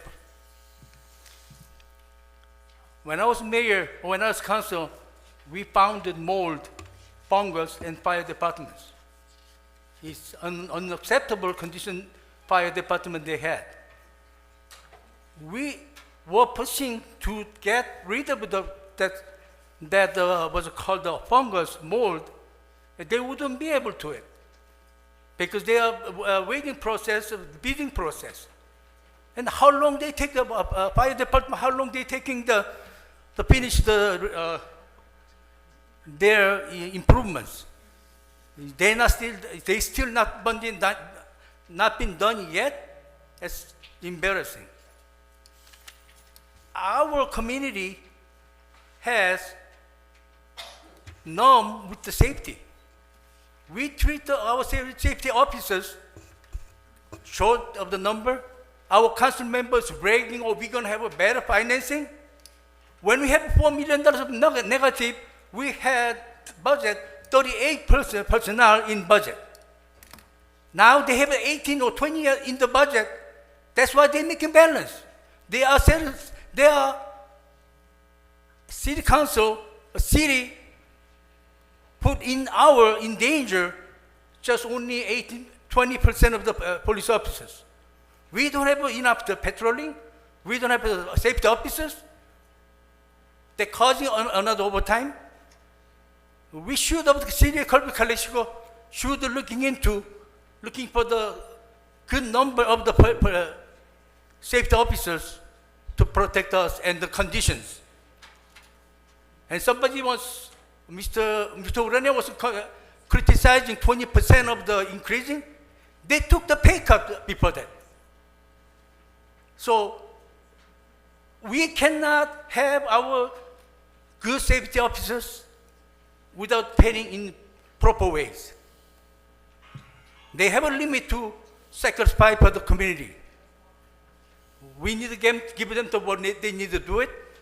So we have to taking care of our safety officers to taking care of our community. Thank you. Thank you, Mr. Kim. No more comments? No more comments. Okay, thank you. So motion to approve consent agenda? Yeah, second that. Second. Roll call. Mayor Gloria Romo, Yes. Councilmember Javier Morales, Yes. Councilmember Camilo Garcia. Yes. Motion passes. Thank you, Ms. Alvaro. Okay. Discussion and potential. Okay. Thank you. The question came up a little while ago as to whether or not I understand Spanish. I grew up on the east side of Los Angeles. I lived for a long time down in Costa Rica, so I understand some Spanish. My English is a little better than my Spanish, but I don't even understand all the English because my hearing is getting bad. and it's always an honor and a pleasure to be here with you. Anyhow, so this item, as you all know, on April 16th, there was an election regarding the recall of council members Ureña and Manzanares. And the law requires, and the election was conducted by Imperial County because the city doesn't have the capability of conducting an election. So the county does the election, you know, and after the election it counts the votes, but it's the legal responsibility of the city council of Calexico to acknowledge the results, to certify the results, to report out the results. And once the city council takes that action, then the recall becomes effective. So that's the action that's before you tonight. We have a resolution that's been prepared that recites the information from the election, the results of the election, and it's my recommendation that you go forward and approve that resolution so that the will of the people becomes effective with respect to that election. Thank you very much. On this matter, I wish to thank Ms. Lindsay. Lindsay. Thank you, Lindsay, Ms. Lindsay Dell, for her attention last Monday. Everything was clarified. Thank you, Lindsay. And thanks again, Supervisor Escobar and Ms. Terrazas too. And I have a motion to approve 20. Ms. Mayor Romo, can I say something? Because I brought this item initially at the beginning. Thank you. Okay, thank you. So, thank you very much. I'm going to try to be brief. The recall election day is now more than 22 days over, and the citizens of Calexico have spoken of faith in democracy. On April 16, 2024, across our town, under the leadership and governmental watchful eye of Imperial County Registrar or Voter's Office, Lindsay Dale and her staff, thousands of people sought to exercise their constitutional rights. The same democratic rights guaranteed by the U.S. Constitution and a government of the people, by the people, and for the people. I want to add that California Secretary of State Investigative Services received an inquiry from Mayor Romo related to the alleged concerns related to the process and procedures of the recall election. Today, we received notification that the California Secretary of State found no violation of California law.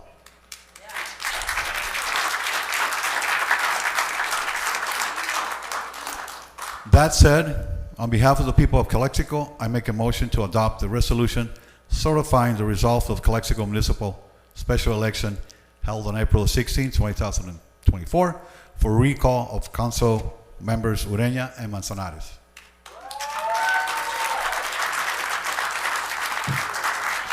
Thank you.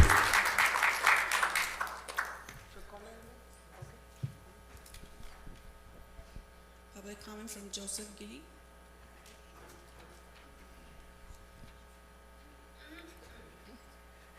Hello everybody, I'm back again.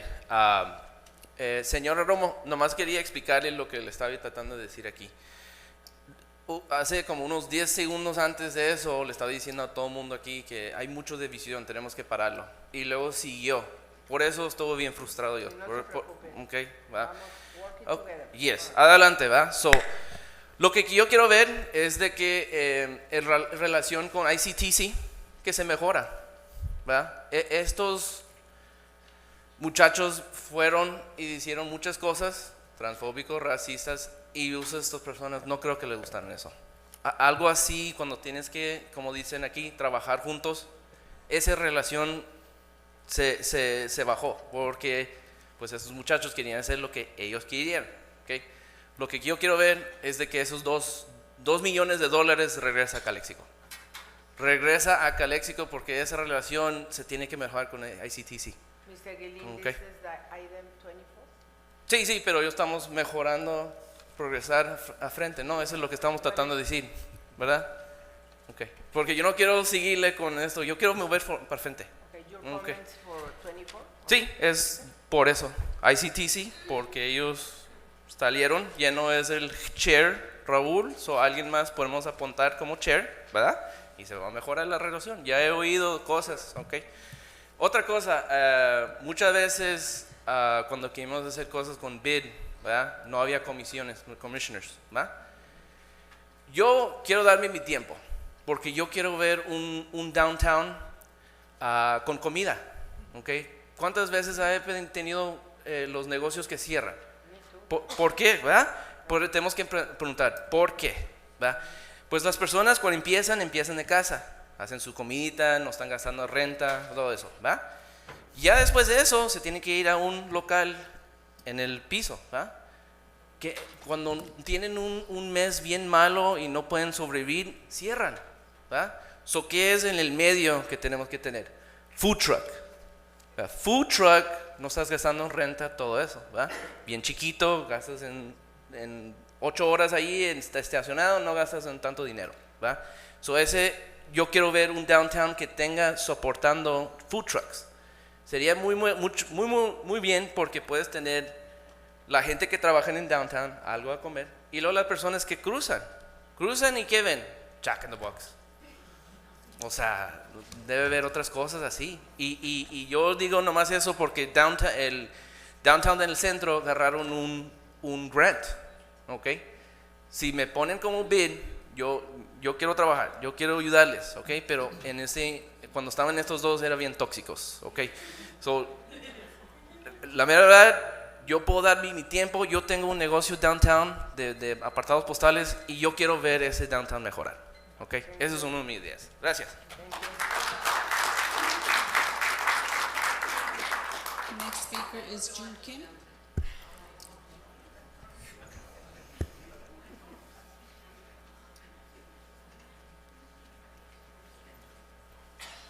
Well, actually, I was going to talk with the current past council members that are sitting here.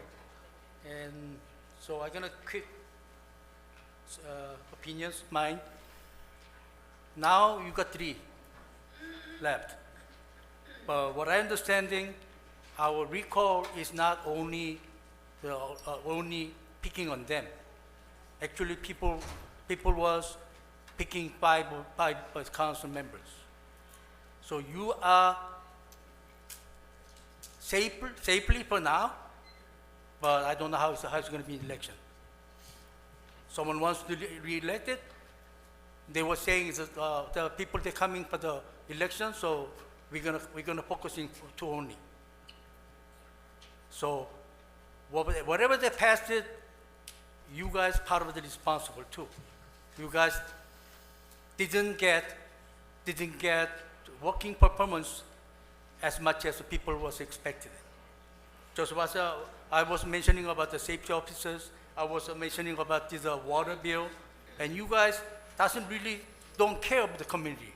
You guys have looking for other place than the citizens need it. So I urge you to work together. I don't know who's gonna come for the appointees, but you need to find a way to focusing our citizens' life. That's best one. We're gonna need it. The people need attention from the city, and they can take care of it. Safety and a lot of different issues. The water bill is one of them. Please, you guys will see when you guys are approving the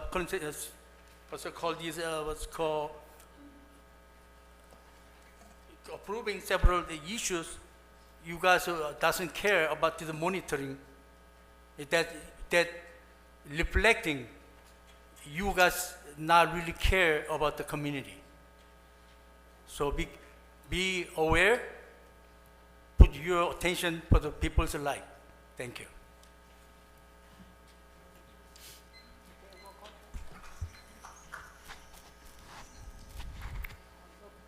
If I can just make one comment, yeah. Again, I want to go back and congratulate all of you for speaking up. This is part of the process. This is part of the democratic process. But more than that, I think that I know for a fact that the process worked. That the process was transparent in spite of the questions that came up.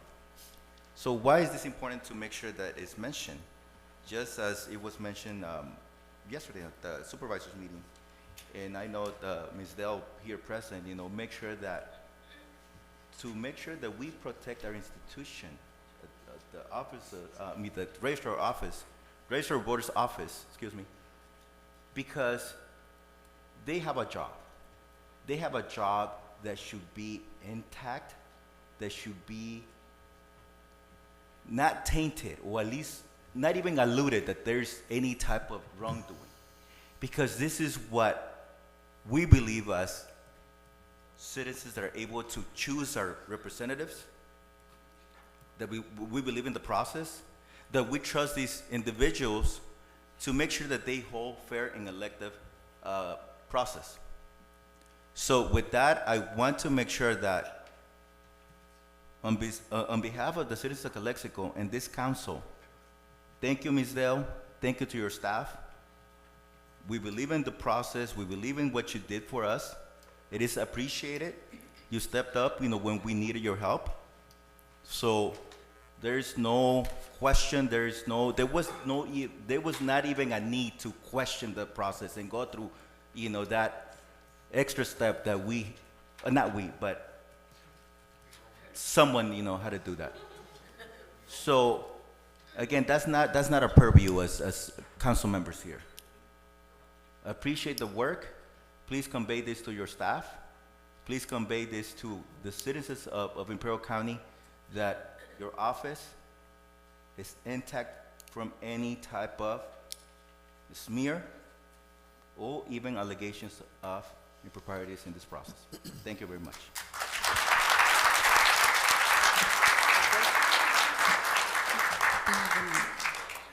Ms. Dell, do you want to speak? Yeah.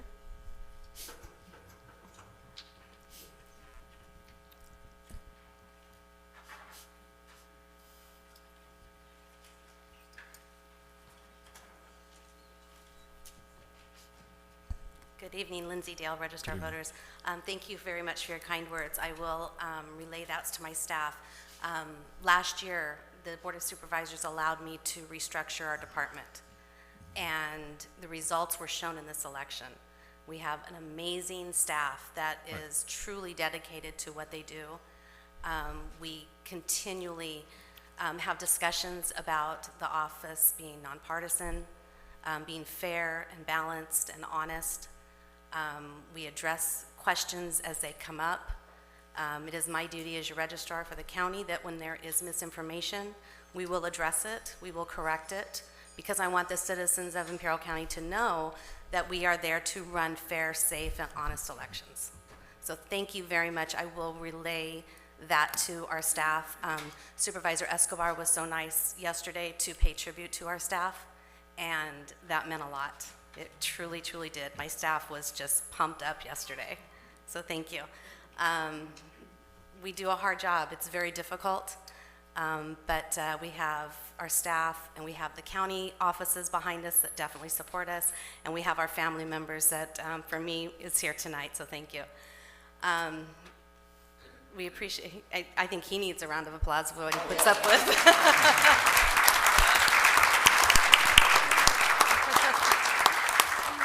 Yes.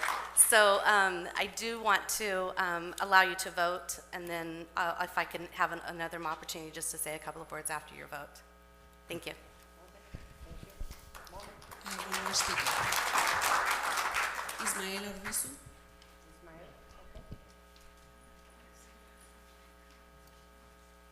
Hello, buenas noches, buenas tardes, everyone.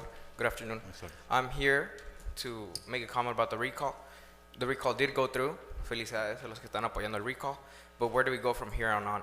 The last two people that got kicked out, they were very transparent. We were posting social media. They were communicating. Meanwhile, hopefully, this new council that's coming up, we see the same kind of transparency, the same kind of communication, the same kind of openness of what's going on. I had a really strange incident at some point during the whole recall process where there was ya pasó, so I was just letting you guys know, a younger child, like first, second grade, llegó conmigo y, hey, can you sign this for Mr. Ureña? Dije, mija, aquí no se hace eso. Sent her back. Just giving, I did report it to Registrar of Voters y todo lo que pasó, lo pasó. But I want to document that, which we have to be very careful with how we process our political motions. Porque quien sea que mandó esa niña chiquita a pedir por un voto, that is not democratic. And I can probably agree with most of you guys that it's not democratic to send a child to ask for a vote, that the child doesn't even know what she's talking about. That was a very serious incident that happened right in front of my eyes. Firme aquí para recall a Mr. Ureña. And I was like, what? Lo que pasó, pasó. I know it wasn't all of you. It was maybe just one bad apple that did something that should never be done. But what can we do here from now on?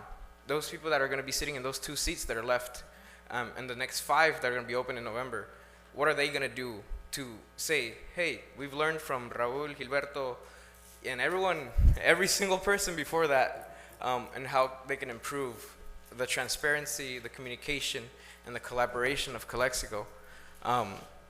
Esperemos que no sean gente que nomás se queda sentada haciendo nada. Esperemos que no sea gente que nomás está apuntando dedos sin hacer nada. Es correcto decir, pasó esto por eso, pero no podemos decir, no vamos a hacer nada por eso, porque ellos no hicieron nada. We have to keep on doing more, looking for more grants. Ms. Colio, thank you for all the hard work you're doing. I know your entering has increased the productivity of the city. Hopefully it'll continue with the new people that are joining in. And I know this November is going to be a big election year, y todo. So it's an ongoing battle of seeing how many people can we get in here, into city council, into the politics of Calexico, to get more involved, to be wanting to change Calexico for the better.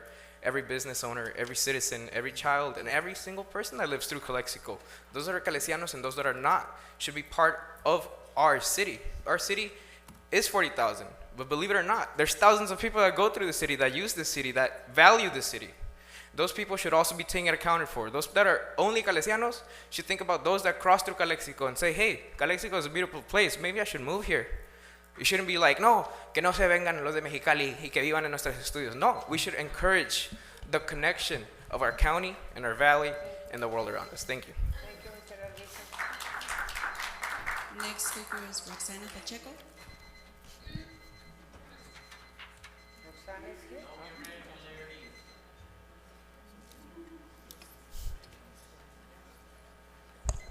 Hi, Roxana Pacheco, 117 8th Street. I'll just be brief. Just hearing the comments and how everything has been very draining. We do not want division, and of course we need to work together. I agree with some of the comments out here. Yeah, what do we do from this? So I think the best thing that we can do is just collaborate. Coming from when we merged to commissioners, I'm trying not to speak as a commissioner, but it's we did have a lot of work that we had to collaborate with Park and Recreational, downtown, business. So I think we just need to move on forward. Just let go of the past. Let's move as a community together. Nobody likes division, and I think we can all be cordial, shake hands and say, let's be willing to work together from now on. That concludes. Thank you.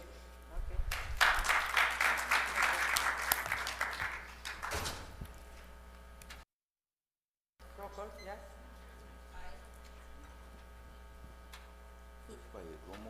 Second. Mayor Gloria Romo. Yes. Councilmember Javier Moreno. Yes. Councilmember Camilo Garcia. Yes. Motion passes.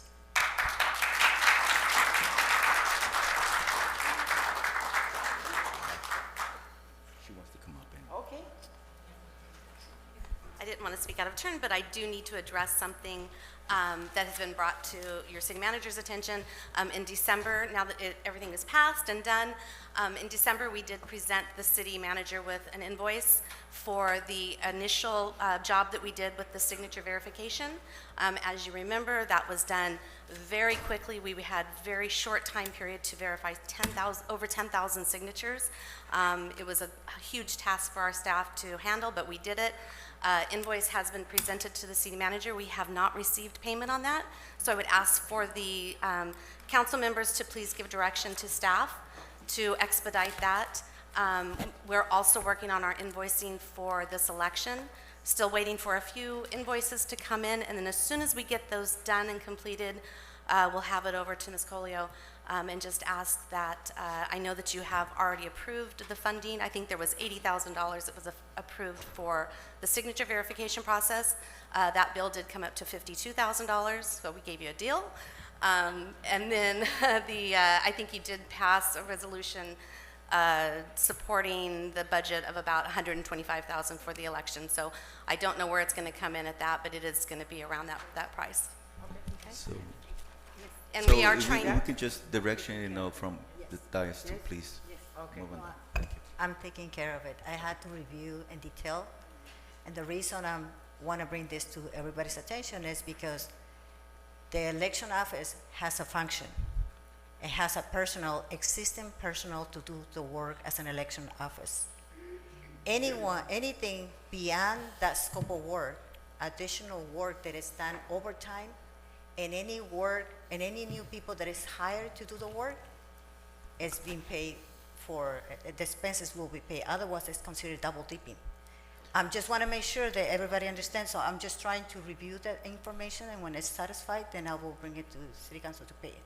Actually, I don't need the approval. Well, no, from you City don't need, because that was approved already, so if you can just please No, expedite. the approval was an allocation, but not necessarily But the that invoice. allocation, it's below, what they're charging, so you have the from the dais, if you we need to make a motion right now, No, if you it is cannot possible, and take if motion. not, that was done through a resolution that we allocated money, so, or regardless of Yes. how it's happened, if we can just bring it back for the next meeting. I will bring it to the City Council. Okay, for the next meeting, so they can get. Yes. Thank you.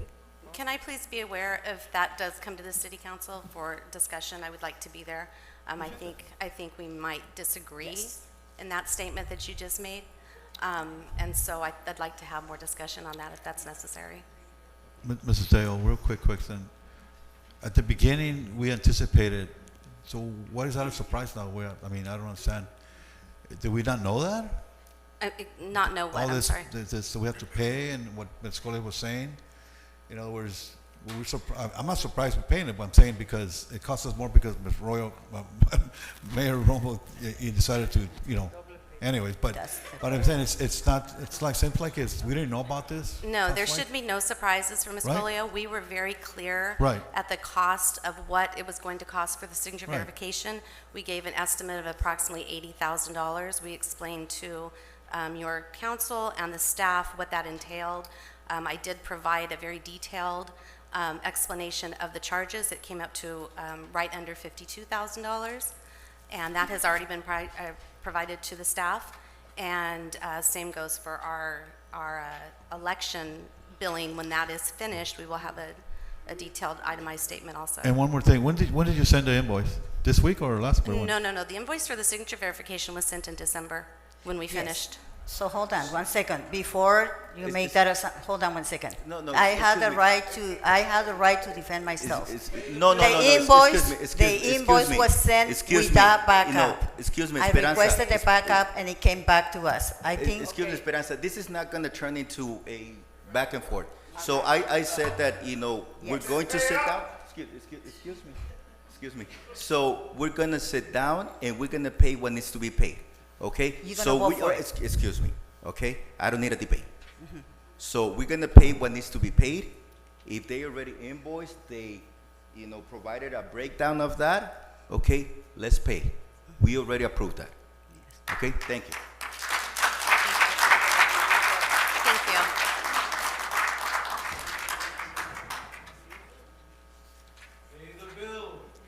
Excuse me. Esperanza, that's okay? It's not on the agenda. We're gonna come Well, back with that's that why, later. Yes. Discussion and action regarding summer 2024 full program. Aquí está. Recreation manager.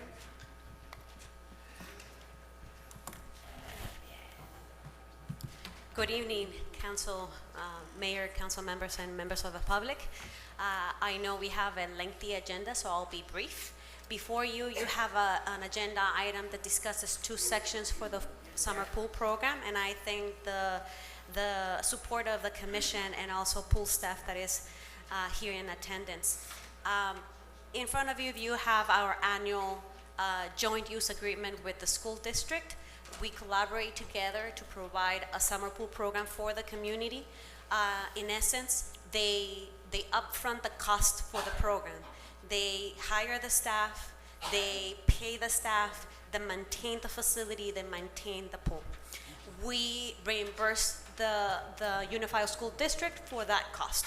The MOU in front of you is to provide a 10-week summer pool program for the community, in which the last 3 weeks is for summer swim classes. The total cost for the school district would be $60,890 with 3 cents. The estimated cost, total cost, including recreation cost, for running the summer pool program comes up to $66,793 with 28 cents. We already have funding for this. It was allocated last year through ARPA funds, so we're good this year.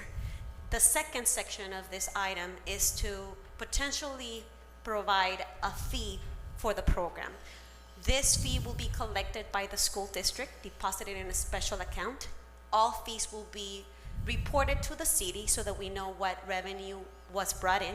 And this is with the intention to start with a fund balance to support the summer pool program in 2025. That would be a fund balance that we can utilize to not start from zero next year. If you guys have any questions, if you guys have any questions. Mr. Garcia. Oh, Yes, before, couple- I'm so sorry. Yes. Just, so we have 2 options for potential fees. Option number 1, or A, would be a basic fee. We estimate a revenue of 15% to 25% of the estimated cost for this year. The second option will bring in around 25, and this is an estimated cost because we have not charged for the pool program for the last few years. 25% to 45%.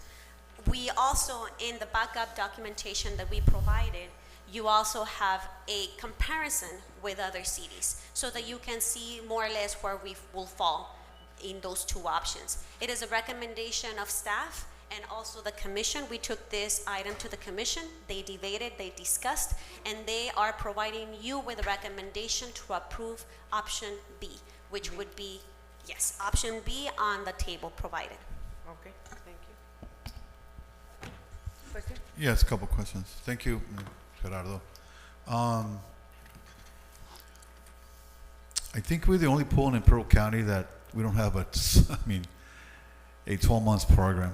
I think we should I would like to aim at having perhaps even a 9-month. I know this only does, I think, 2.5 months, I think?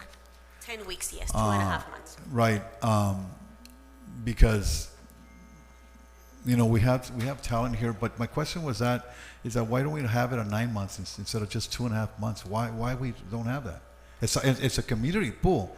It's not a Calexico pool. It's not a school district pool. It's a community pool, right? And I know maybe the resources maybe are limited, but I think there's many. I know of 2 organizations, nonprofits, that are willing to contribute to have a full program summer, including in the winter. So, what is your take on that? You think we can work on something like that? It comes down to money. Yeah. So we have this estimated cost for only 10 weeks is $66,000+. If we were to have another 2 months and a half, Right. that would be an additional $66,000. It all comes down to money. Right now, we were fortunate to have ARPA funds. Right. We need to worry about 2025 for sure. We would love to offer the community with an extensive or more extensive not summer pool program, but just so that the public understands the needs of recreation department are great in all areas, youth, sports, seniors and adults. We're grateful that we can offer, at least during the summer months, an opportunity for the community to learn how to swim, and we would like to extend that, but we also need funding in other areas as well. Have you looked at other municipalities, how they run their program? El Centro, other cities? How They run have it? more budgets. If you I were know it's to about look money, into but I'm the saying, have you budgets. looked into how they do it? Do they fundraise? Do they ask for donations? How do they collaborate how do they make a program work for not just 2.5 months? That's what I'm asking. I see. Well, some cities have to work with their school districts just like we do. We're not the only ones, but if you were to look, let's say, the budget, which is public information from CDFL Central, they have really good funding for every facility they have or offer, for every division they have. I'm sure if we were to have a nonprofit, that would help, because it would be a write-off on tax. It would be tax deductible for anything they would like to donate.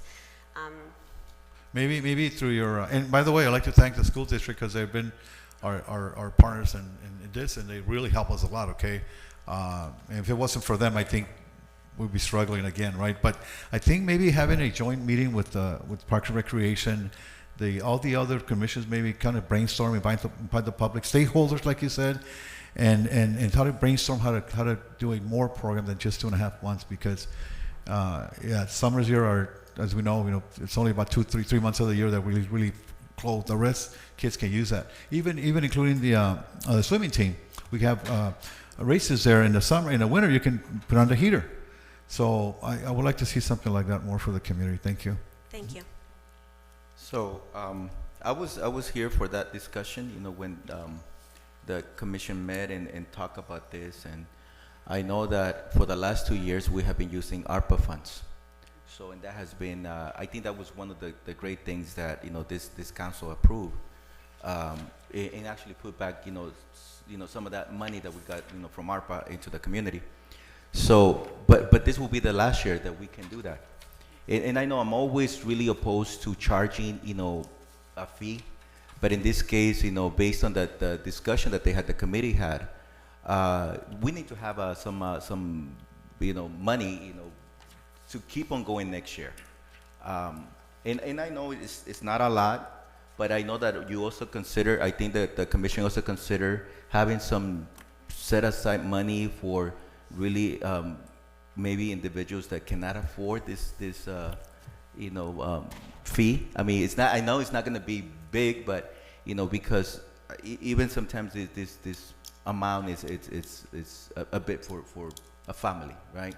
So I understand both points that were made during that discussion, but I think if we need to continue, we need to offer this options for our community. We need to have a small contribution. So with that, I would like to motion to approve option 2, and hopefully also if we can just and I'm asking for if someone can donate, to offset some of this cost for individuals that might not be able to pay.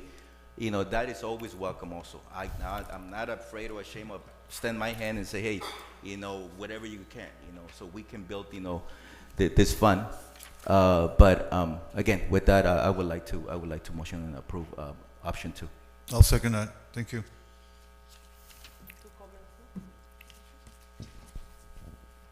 Patricia Ureña.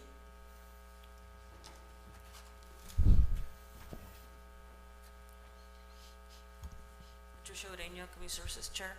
I think it's a good idea to pick option 2, and that if ARPA money is not available for next year, that we start now looking at options to fund the pool for next year. The pool happens to be one of the biggest liabilities that you do in Parks and Recreation, and how other cities do it is that one of the council members in El Centro said, go big or go home. So we either make a priority and we decide what's important to the residents of Calexico. And we all know it's 120 degrees out here in the summer. There's not a lot for us to do with a lack of parks and a lack of a gymnasium. The majority of the kids are going to be going to the swimming pool. The reason we can't do a 9-year program is that the schools are using it during that time. That's what's good. The school's using it? Yes, the schools use it for their PE classes and things like that. And so right now the schools normally use it throughout the year. And I'm not sure if the Calexico pool is heated or not. I heard that it might be. There's only 2 pools right now that are working, operating somewhat, is the Calexico pool and the El Centro pool. And I want to say also the Imperial pool belongs to the school. There's only one municipal pool right now that's operating, that's El Centro. And I know they're carrying quite a bit of load. The other thing too is making sure that you have a certified group of of individuals that know how to run a pool. And as I mentioned at the last time, we have an eager staff here, an eager young staff that is willing to operate and get certified to run a very safe program. That's what makes a swimming pool safe and sound, is making sure you have that certified staff and that they're ready in terms of the tools that they need to operate. Now, we were saying that the concern was, what if people can't pay? I don't think that there's going to be a reason that they can't come in. Every city receives about $5,000 from the Imperial Irrigation District on the Dippy Duck program. That money can also be utilized for free swim, tools that the lifeguards need, like the rescue tubes and any equipment they need, sunblock, the shirts that they need to wear to keep the sun from hitting their skin. There's a lot of things you can use that $5,000 for. And I want to say that the city is the one that receives that funding, so that funding can go to operate some of those programs as well. So I want to thank you for looking at option 2, because we need to move forward and start charging people a fee. So, Ms. Orena, thank you for your effort. So I agree. I think we need a strategic plan working towards that goal, because to me, and no offense intended, it's like we're leasing the pool, where it's a community pool.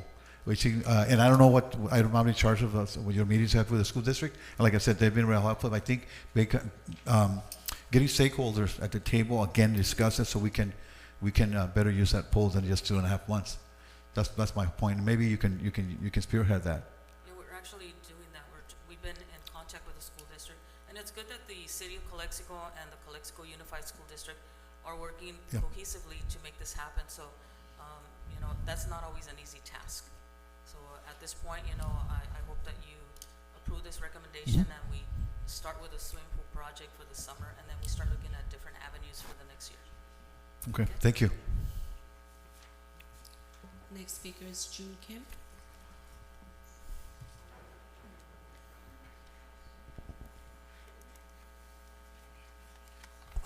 I'm glad the city be able to keep the swimming pool open.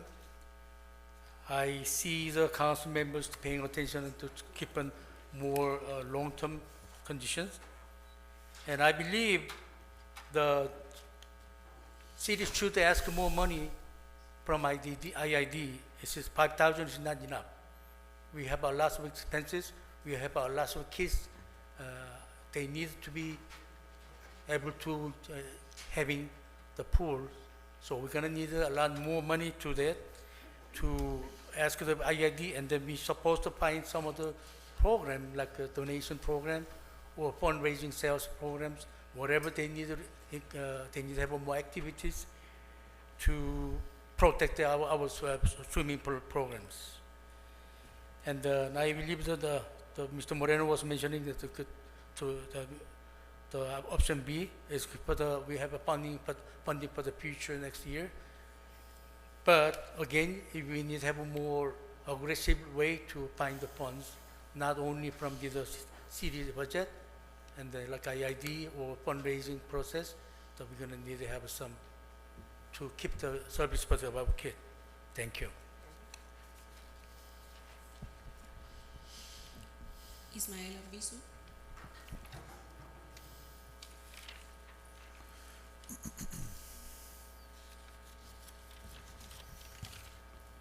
Hello, buenas noches. I'm glad you guys are continuing with this pool program because it's very much needed.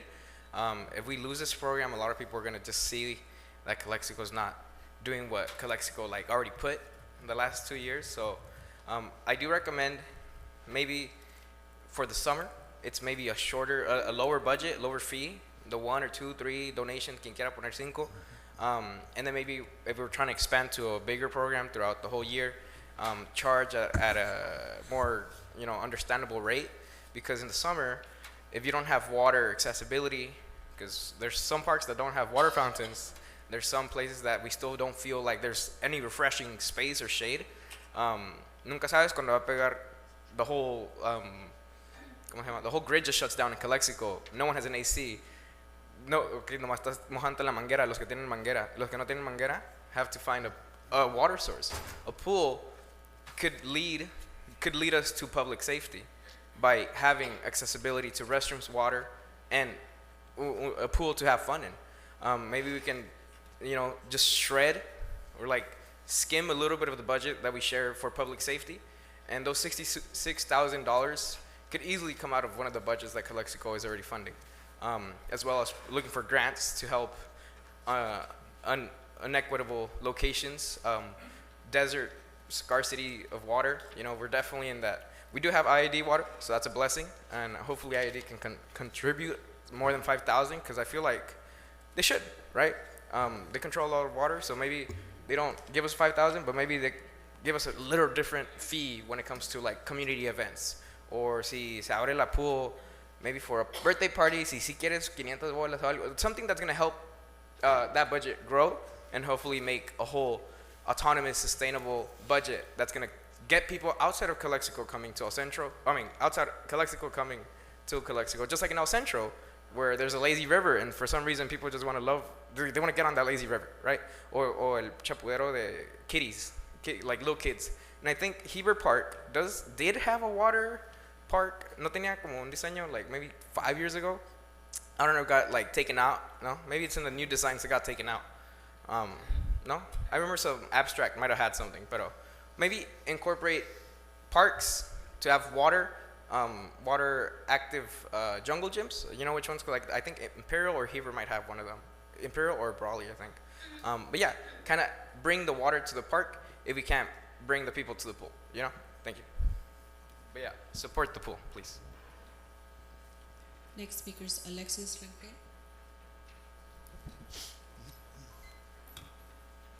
Alexis Rangel, Calexico resident. I'm supportive of option B. My children have gone to the program the past 2 years when it was free. We were willing to pay. The staff there, I don't remember many of their faces, but they were very good with my children. They were scared of the water, and I told the staff to push them in. They didn't want to. They told me they couldn't. So I really do support it. And to what the gentleman before me was saying, every time when I go sign them up, there's a long line, and I've heard people come out of town. So my suggestion would be even residents because they come to Calexico because it's cheaper. The rec program is amazing, but the prices are really, really low. That's why a lot of other people come here. So maybe if they want to come over here, increase the fee a little bit more for the ones that want to come over here. Not excessively, but just so that we keep that in mind. But I do support option B. Thank you.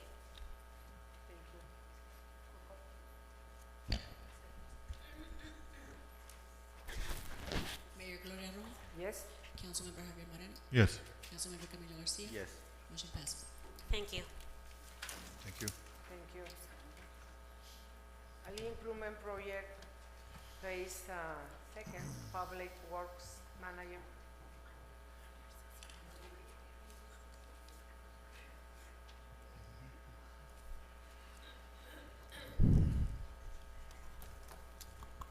Good evening, Mayor and Council members. I'm here before you.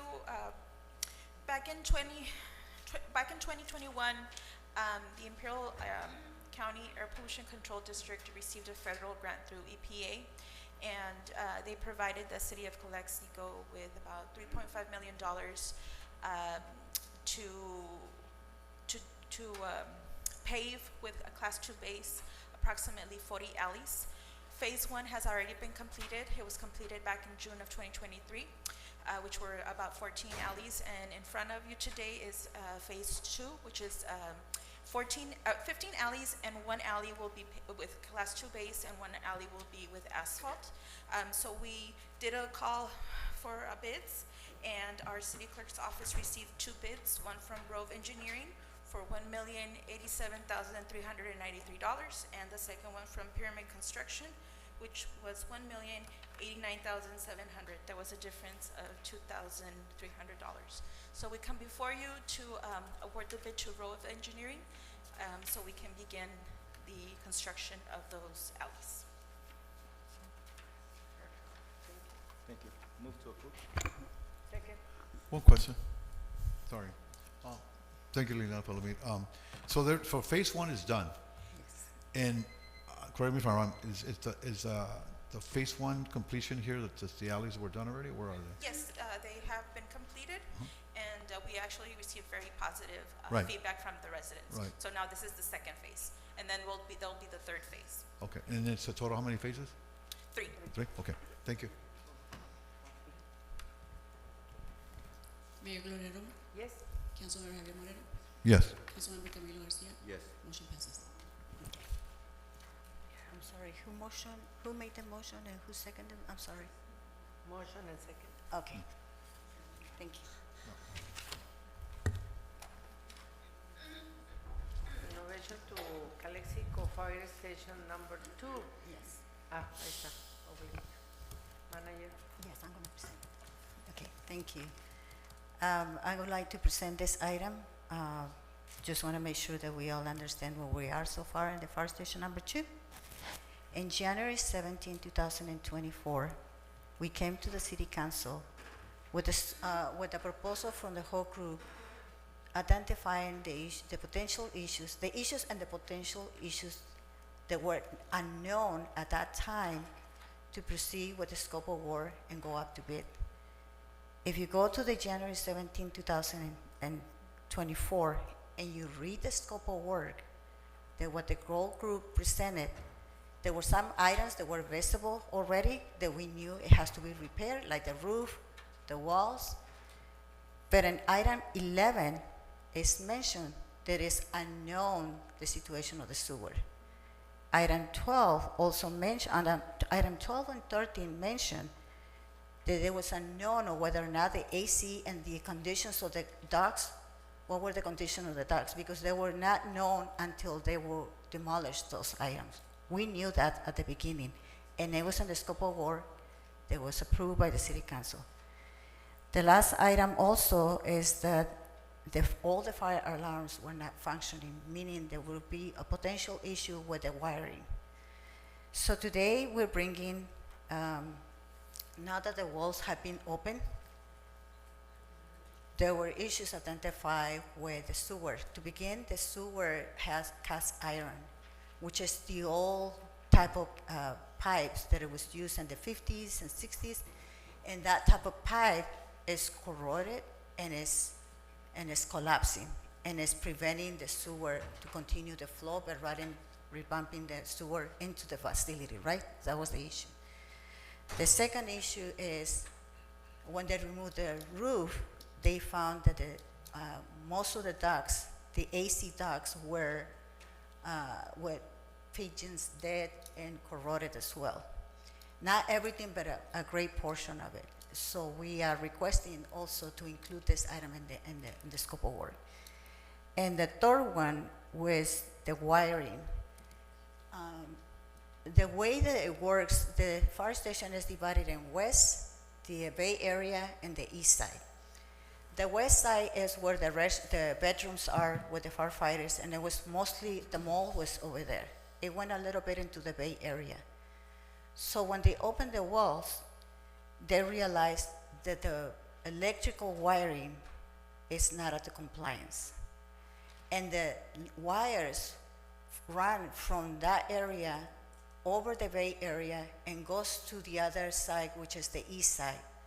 And the east side of the facility is with all the boxes are in place for data, the alarm system, and the electrical plugs for the entire facility.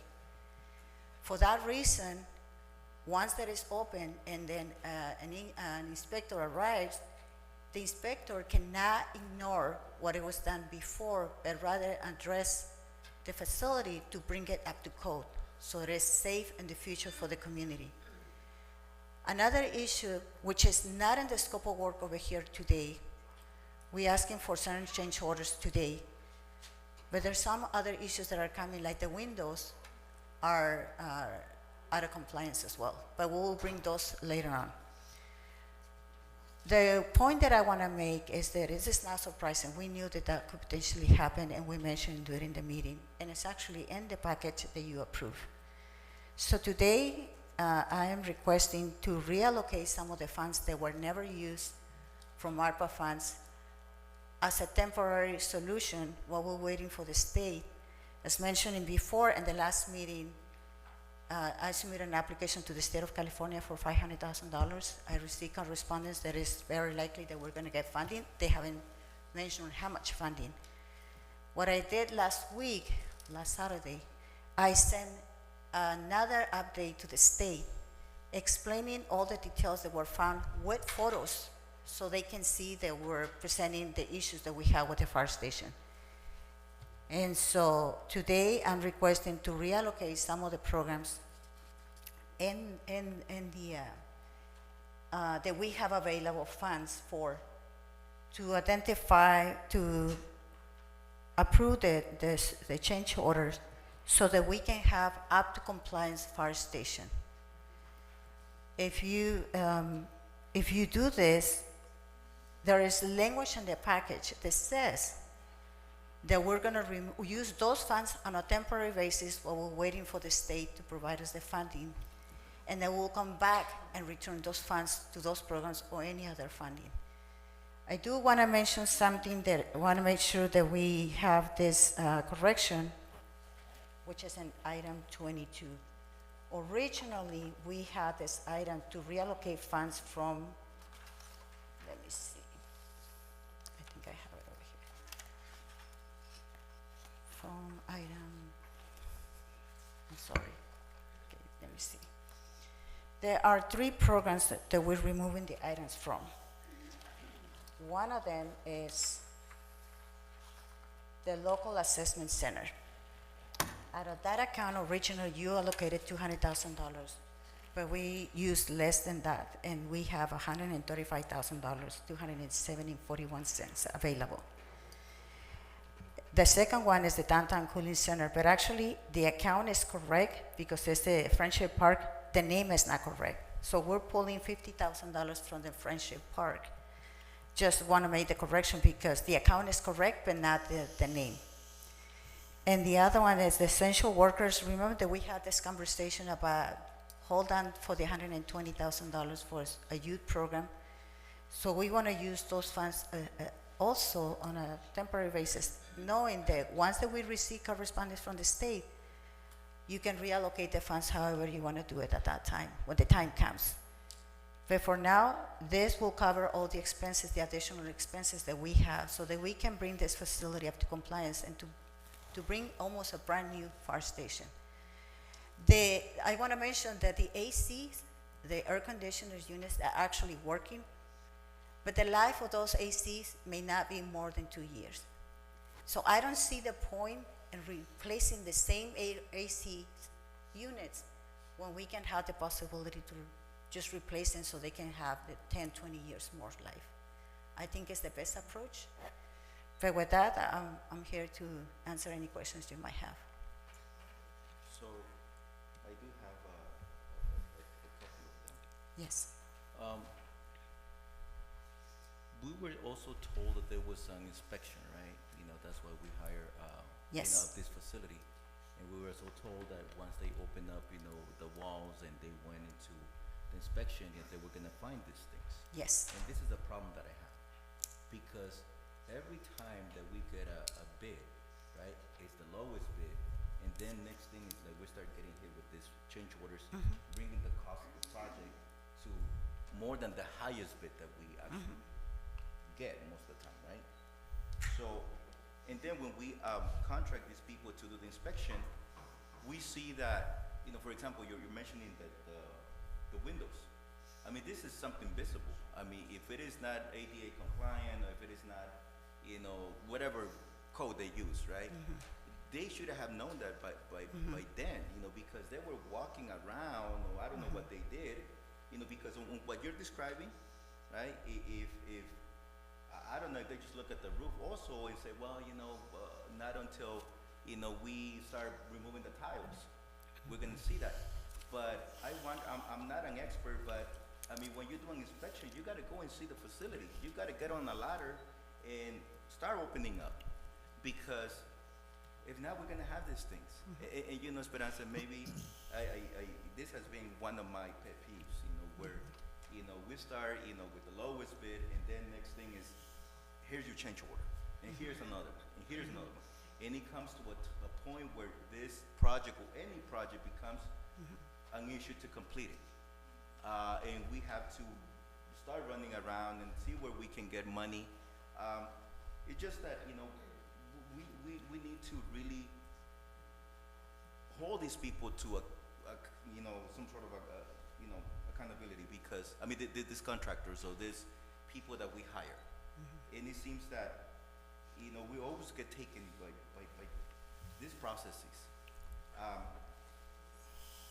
I know that this is on a timeline. I know that the monies that we have, they're timed to be used by October. If not, you know, we compromise the completion of this project. And it's always the same thing. But, you know, we need to do a better job of that type of inspection, who we work with. And it's just, you know, I'm really disappointed on this whole process.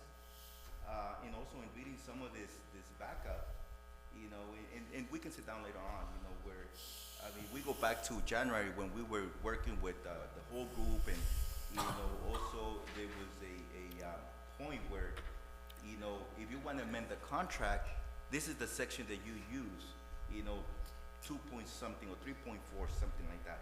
If you go to the packet, that section is missing.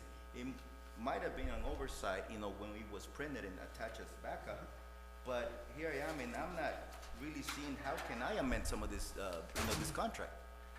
So, but we'll sit down and go over that.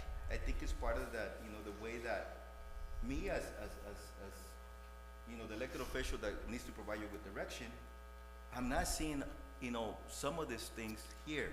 What I have as a recourse to say, I'm gonna hold you accountable.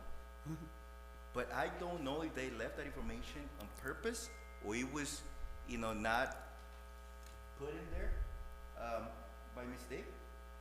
But we need to do a better job. And then also, as far as, you know, the locations as to where the funding is gonna come from, for now, before we get the money from the state, I would like to keep it as is. I would like to keep the downtown cooling center money there and not touch the friendship part. We just need to change the account. We can do it. Yes. Yes. So I want to change the account to be the downtown cooling center, because by now we should be thinking about what are we going to do. So we're even late for that too.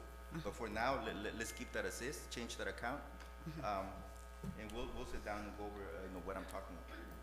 Yes, I would like just to reiterate, this is the contractor's contract. It's not the whole group contract. Correct. Two different things. So when the whole group was contracted, he said in his presentation that there are 3 unknowns. And the 3 unknowns, and he spelled it in his contract, meaning right now we don't know what those 3 issues are: sewer, AC, and wiring. Only until they open the doors. And because we were in a timeline to complete the project to secure additional funding, we made that decision. But we mentioned that it's not hidden, it's in the contract, and it was presented to the city council. So we knew that there will be change orders. We set aside $48,000, hoping that it would not be that bad. The issue with the sewer line is a long sewer line, and it costs a lot of money. So is the electricity. We were not expecting the electricity. The electricity actually is working. It's just the type of wiring that is not allowable anymore in the state of California. That building was built in 1985. It's not that we didn't know. It's that it was mentioned that it's an unknown. Now, I give you the windows because I am in agreement with you for the windows. I'm not in disagreement with you because it was visible, right? But in regards to the electrical, it was behind the walls. In regards to the sewer line, it's underground. In regards to the air conditioner, it's unknown until you break the roof, and then you can get through it and find out the conditions. Those were unknown since the beginning. So there was, I don't think the whole group lied in any way. I think they mentioned it in the scope, or you can go in item 20, an item that was approved at that time, and you can read it. It's in the scope of items 11 to 14 of January the 17th.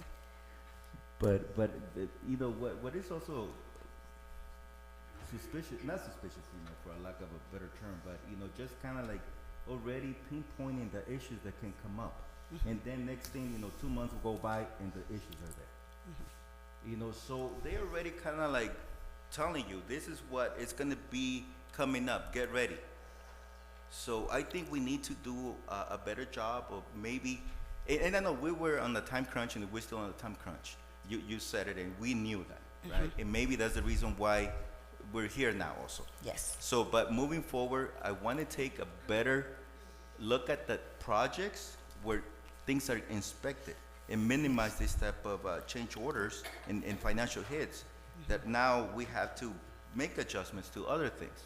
That's all I'm saying, whether it's the whole group, whether it's the builder right now, whoever, A&N, whoever, but I just put out a name and my apologies to the whole group if I misquoted, their work, but whoever is doing this work and whoever is responsible for that, I want to make sure that we take our time and we do a thorough inspection before we get into a contract. Thank you. I was going to say something, but I'm going to defer to the public comments, right? Thank you. Mr. Jesus Solano?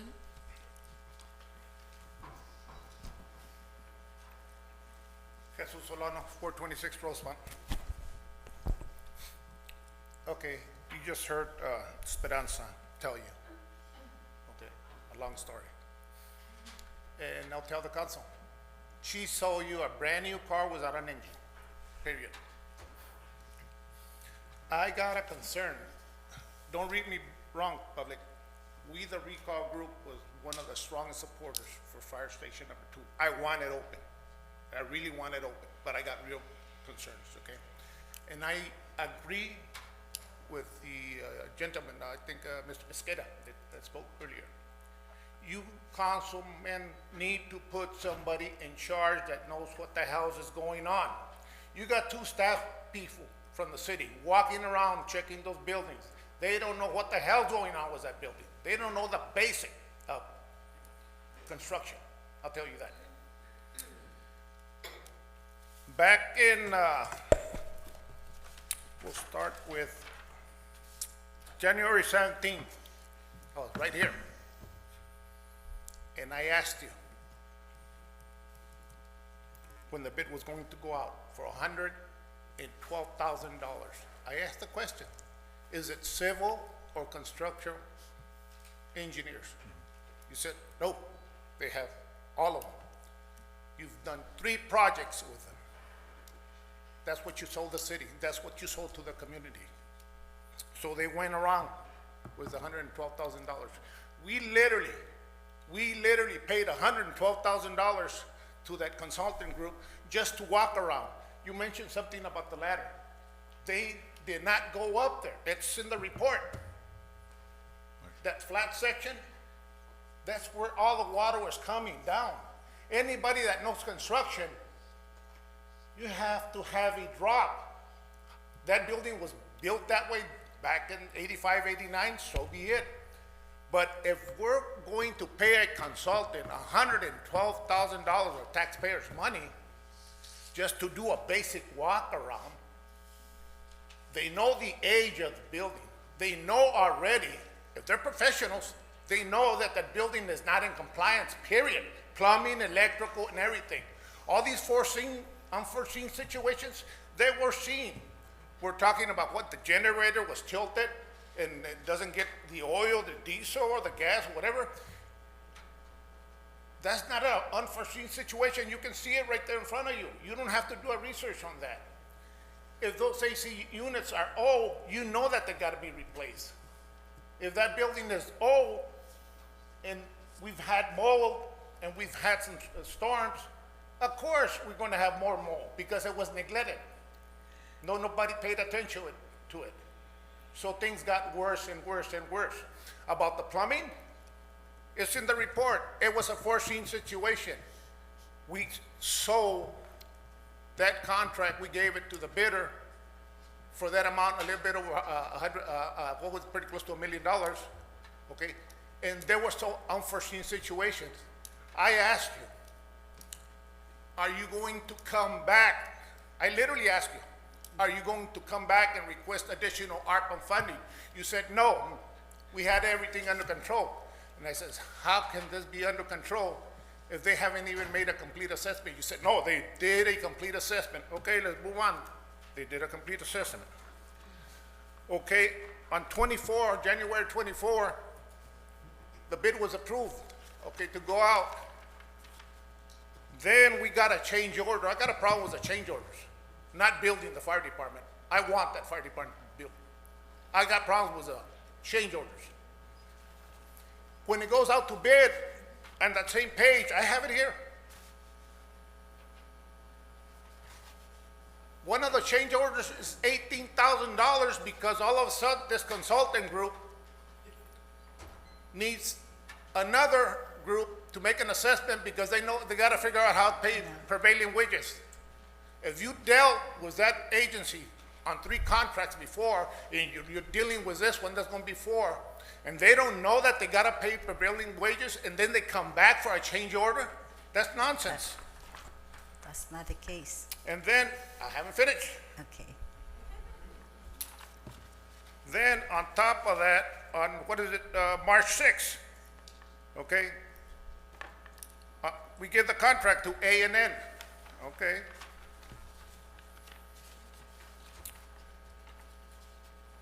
Section 3.04 is missing, okay? We got, this is on the articles for the contract agreement. We got 3.01, all of a sudden, we got another page.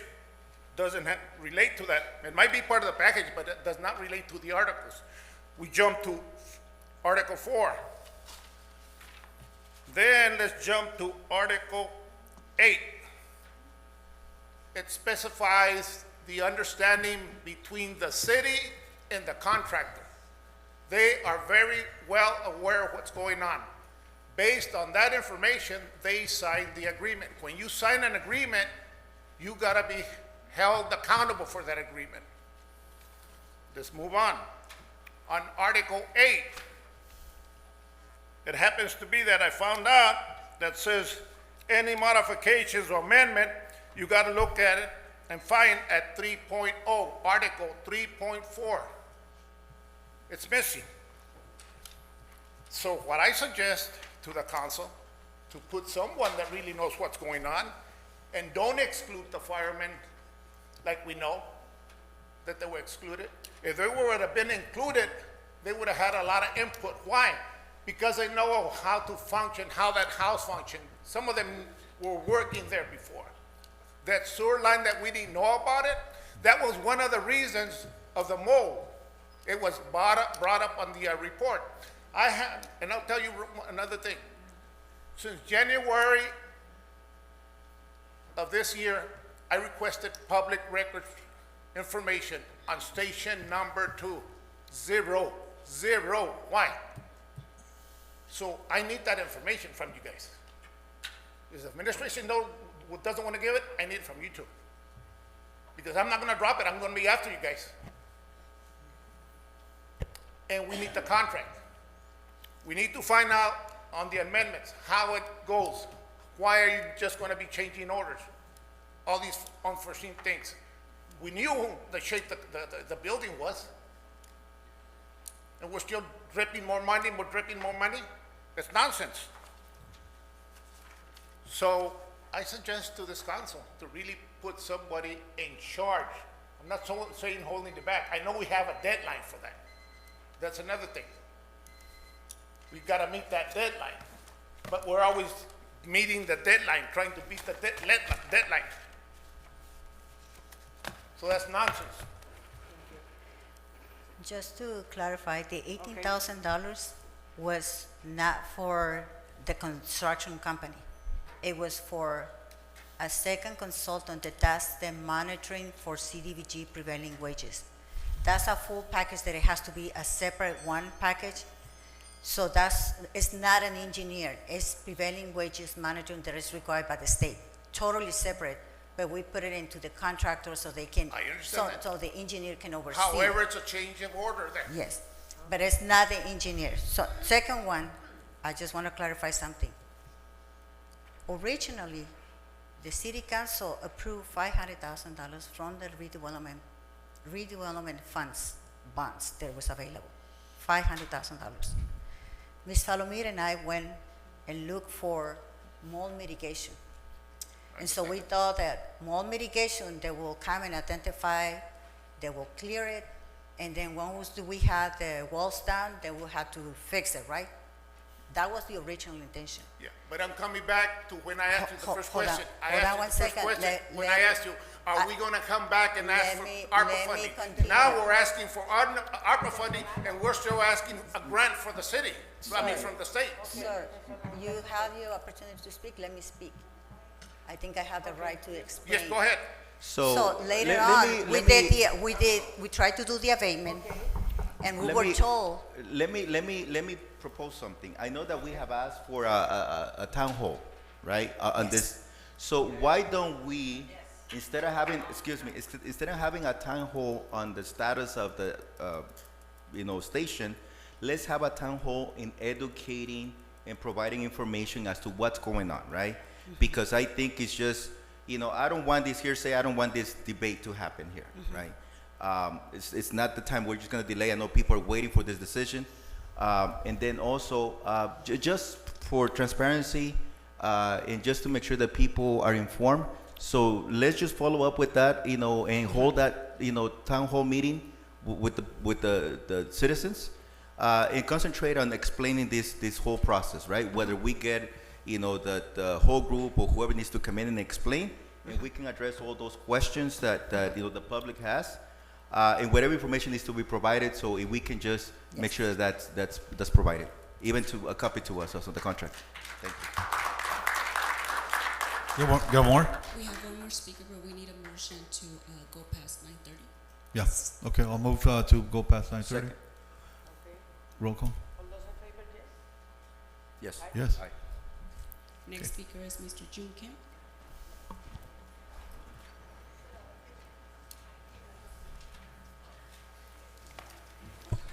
Good evening again. I'm glad I found some of the smells, bad smells coming from where? Actually, when I leave the city of Calexico, fire department, they had money set aside from the HH bond. They had money to fix all the problems. And since then, they just keep in doing council. They were busy to attacking me. They don't supporting all the detail of the jobs. And later on, I believe they were taking care of the mold, but still existed. And still, it's a mold, it's the life-threatening. They should hire anybody to read about mold, whatever, consultant, whatever. It's not the issues. It's safety. It's almost like you are a person in the, before the heart attack, you just let him do hard work. It's same like that. As the mold is very impacting our health. If any firefighters having any respiratory system have issues, they can sue the city. That's safety. And they're not doing emergency activities to keep our employees. You see, this is one of the big things we're missing, that every single of our actions is not going by that. They just leaning the time, so the new council member coming in, then they're going to be set the clock to the zero. So they're just going on, and consultant to consultant, hire consultant to hire consultant to hire. That's how our budgeting is like that. So our money is not impacting. And I believe that ARPA funds supposed to be using for the public benefit, not for the paying some of their friends to call the essential employee. State, they only did it in their way. We're not entitled to evaluating someone is essential or not. They only get our state and federal system that's helping them. We should not spending money for the compadres. We should spend money as a public benefit. So I urge you to taking care of the rid of those fungus, mold, as soon as possible. You can call those simple anybody's, not even a few $1,000s, probably a few $100 you can take care of it. And our employees, they are more valuable than a couple $100. Thank you. Okay. Señora Connor, give us a summary and your recommendation, please. Well, my recommendation is to approve the change orders and to reallocate the funds. The project is stopped? No, the project hasn't stopped. We have, it's a different matter, but we met today at the fire station and the project is working. Tomorrow they're going to start removing some of these items as well. Yes. So let me just go back. I will move to approve, but then also I want to set a date for the town hall so that way we don't keep on going back. Ms. Palomir previously secured the Housing Authority building for the town center. It's too small. Yeah, I very would small. suggest, if it's possible, and I don't know if everybody's okay, I did one presentation at Willie Moreno Gym once. That's a large location. I think that will work because I don't remember seeing any other building. Okay, so let's talk to the We'll talk school to this. district. Yes, and, because she secured twice the building, but Okay. they were postponing it, so I think she might be okay. able to help me with that. So let's set this up for at least in the next 2 weeks. I know we have a lot of things going on. Yes. 2 weeks for this to happen, please. Okay. Second? Can I let you speak? Yes. Thank you. If you guys are going to have a town hall meeting, it should be on the west side. People are not going to drive That's what we're all the talking way on this side, okay? Come on. We can meet on that side. We have many places, but obviously we can work on that later. But I would. I think Willie Moreno's on the west side, right? I mean. Okay. Yes. Okay. For me, it's 6 words. Okay? I'm going to start with that. This project is a money pit. That's what it is. It's a money pit. We're going to run out of money. And like I said a long time ago, it's happening. I told you. It's happening. Because why? I'm not the city manager. I'm not an engineer. Okay? And I'm not putting blame on anybody, but we need to regroup. We need to reconsider this. It's not going to end. It's going to keep going and keep going and keep going. We have city staff that has told us it's going to be, and by the way, Ms. Coley, is it going to pass inspection? Are we, yes or no? Is it going to pass inspection when we do all this? I mean, that's a concern I have here because that's a concern. Is it eventually going to pass inspection based on everything all that we do? Yes, sir. Okay. Now, you did got a proposal initially when you and I went down there on July, I think it was last year, and we took you to the building. Some of the firemen were there, and they were saying, "Look, glad you guys are here. Like, what are you guys doing with all this mess?" And we looked at the mold, and you did get a proposal from a company, right, from the mold? Just for the mold. Just for the mold. For the mold. Yes. Okay. And what was do you know what was the original estimate on that one to remove just the mold? So there were 3 proposals. Ms. Palomir and I and the fire department went together and they will give us 3 completely different proposals. And so what we realized is the 2 first proposals were just like a side view and they give us the proposal. The third proposal, the third person that came to do the proposal, the company actually brought a image camera. An image camera can see through the walls and it detects the mold. And so at that time, that bid was $93,000 just to abate the mold, just for the room that it was the kitchen area, which is the most visible mold. And so, but they told us that they were not recommending for us to proceed with the mold because the issue was not necessarily the mold in the kitchen, but the mold was coming because of the roof. And so we asked how much would it cost to change the roof, to replace the roof.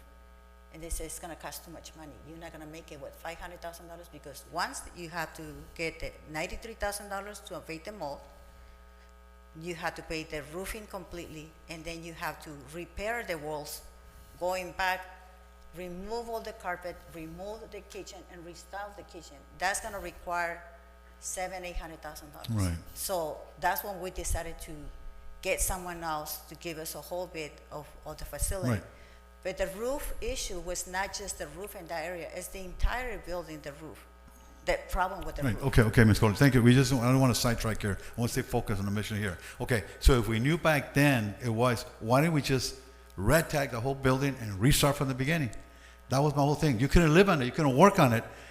That was the thing, and I told everybody a long time ago, you start digging, you start finding more stuff. If we keep on, and I'm gonna tell you, we're gonna keep finding more stuff. So at $2 million, 3 million is gonna go $20 million. Might as well get a new station. Might as well. New station right now, the County of Imperial, just so you know, you can go in public records, it's about $6 to $7 million. We don't have that Right, kind of money. watch this. That's what we went for, whatever we have. Now, let me remind you that the funding from the state was not available at that time. The city was on hold for using any CDBG money because we are compliance, right? So what I did, I literally begged to the state, hey, we had to remove the firefighters. We sent the pictures of the facility.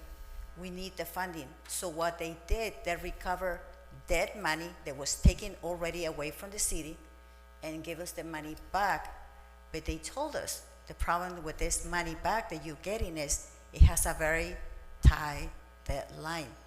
You have to spend the money by October the 31st.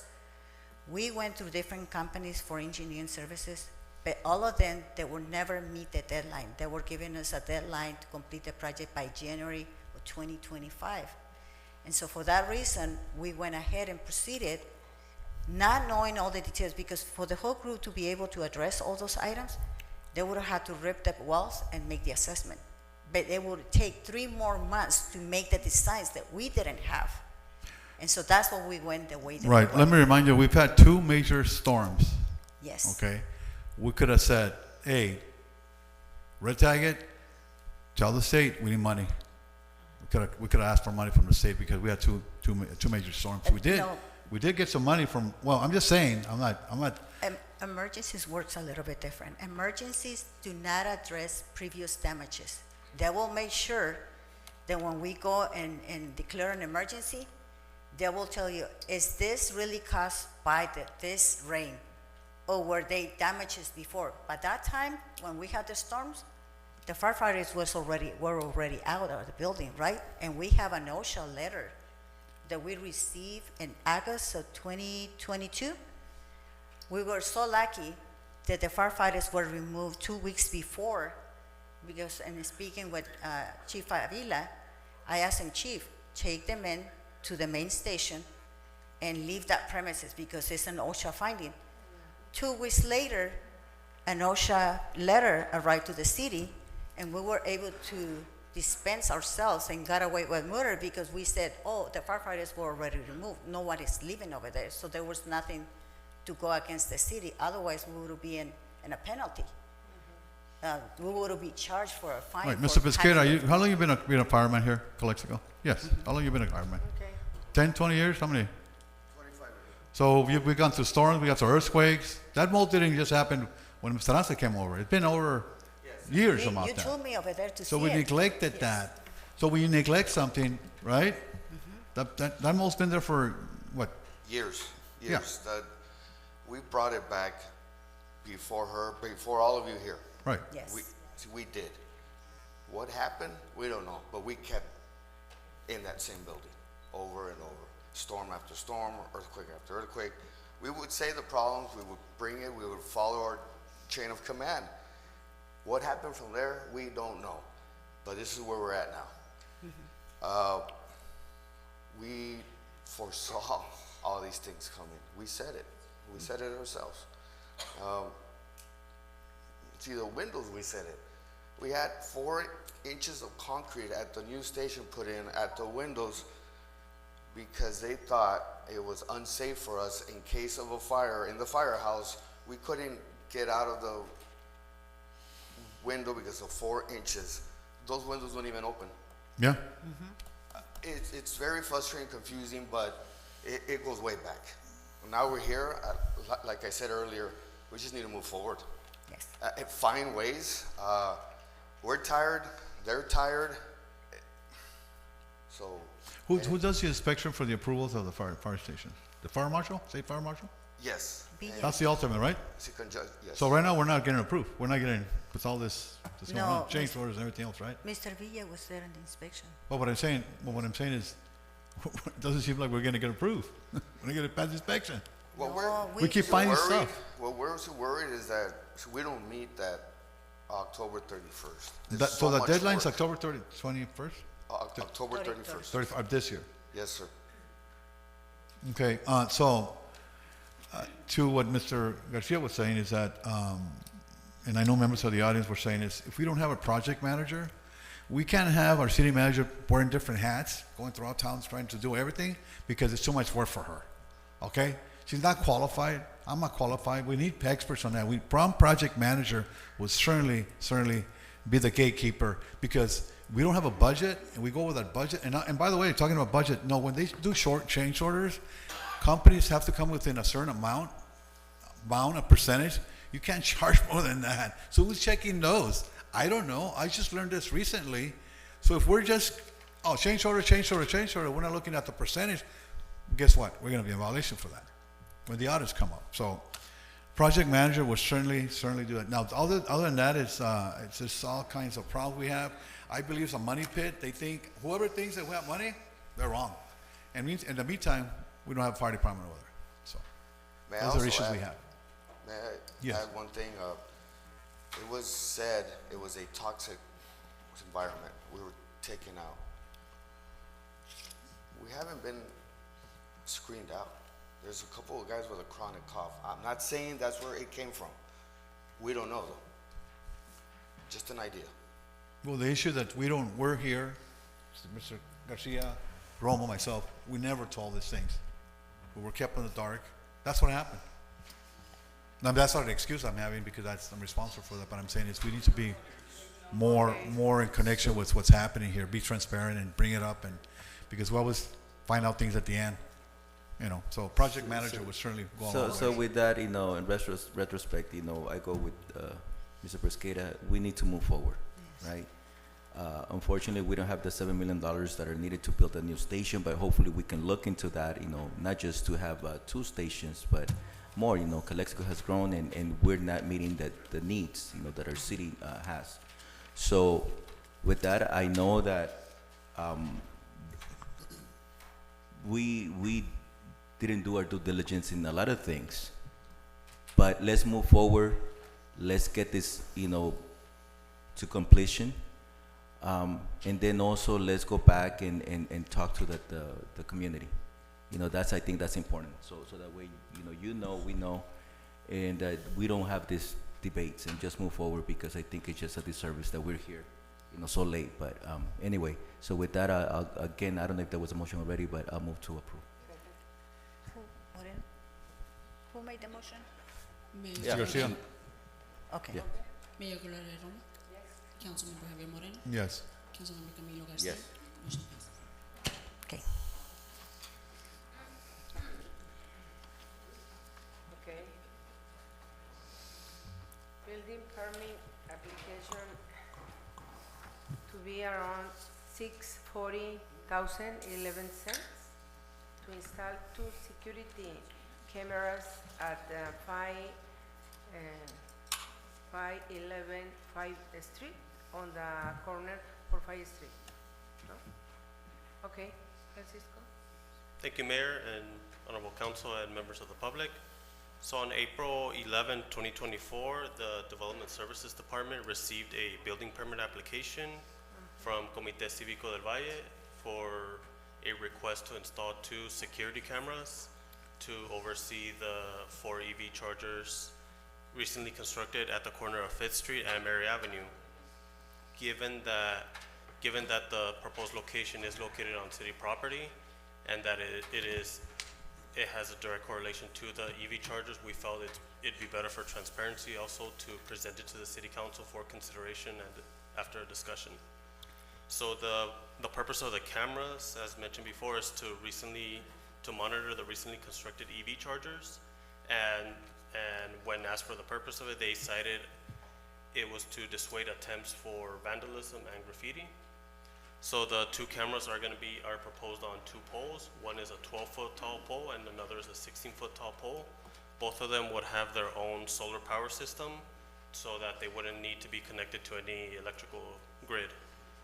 So currently the overall building permit fees is expected to be at approximately $640.11. However, that does not include any additional fees such as encroachment permits and other permit applications handled by other departments outside of the development services. So given that, the council has three decisions, which is either to approve the issuance of the building permit, the processing, approve it with conditions, or deny it. Right, Mr. Orozco, Chief Orozco, what happened to that grant that we had for the plate readers? Because remember, there was 3 city council members here that didn't approve that plate readers, okay? And whatever happened to that money? So you're talking about the LPRs through FLOC? Right. So City Council approved the grant. What happened was it didn't get moved fast enough. The data got approved. I believe it was a grant through the county, and they ended up relocating those LPRs to IBC, is what my recollection is of that. I'm sorry, where did it go to? ITTC? IBC. IBC? Yeah, they moved. Well, it was the sheriff's license plate readers. That being said, we do have another grant. We're actually in the process of getting new LPRs, so we are kind of moving forward on the previous city council approval. So we're actually, today we got the approval of the MOU between our attorneys and their attorneys to sign the MOU.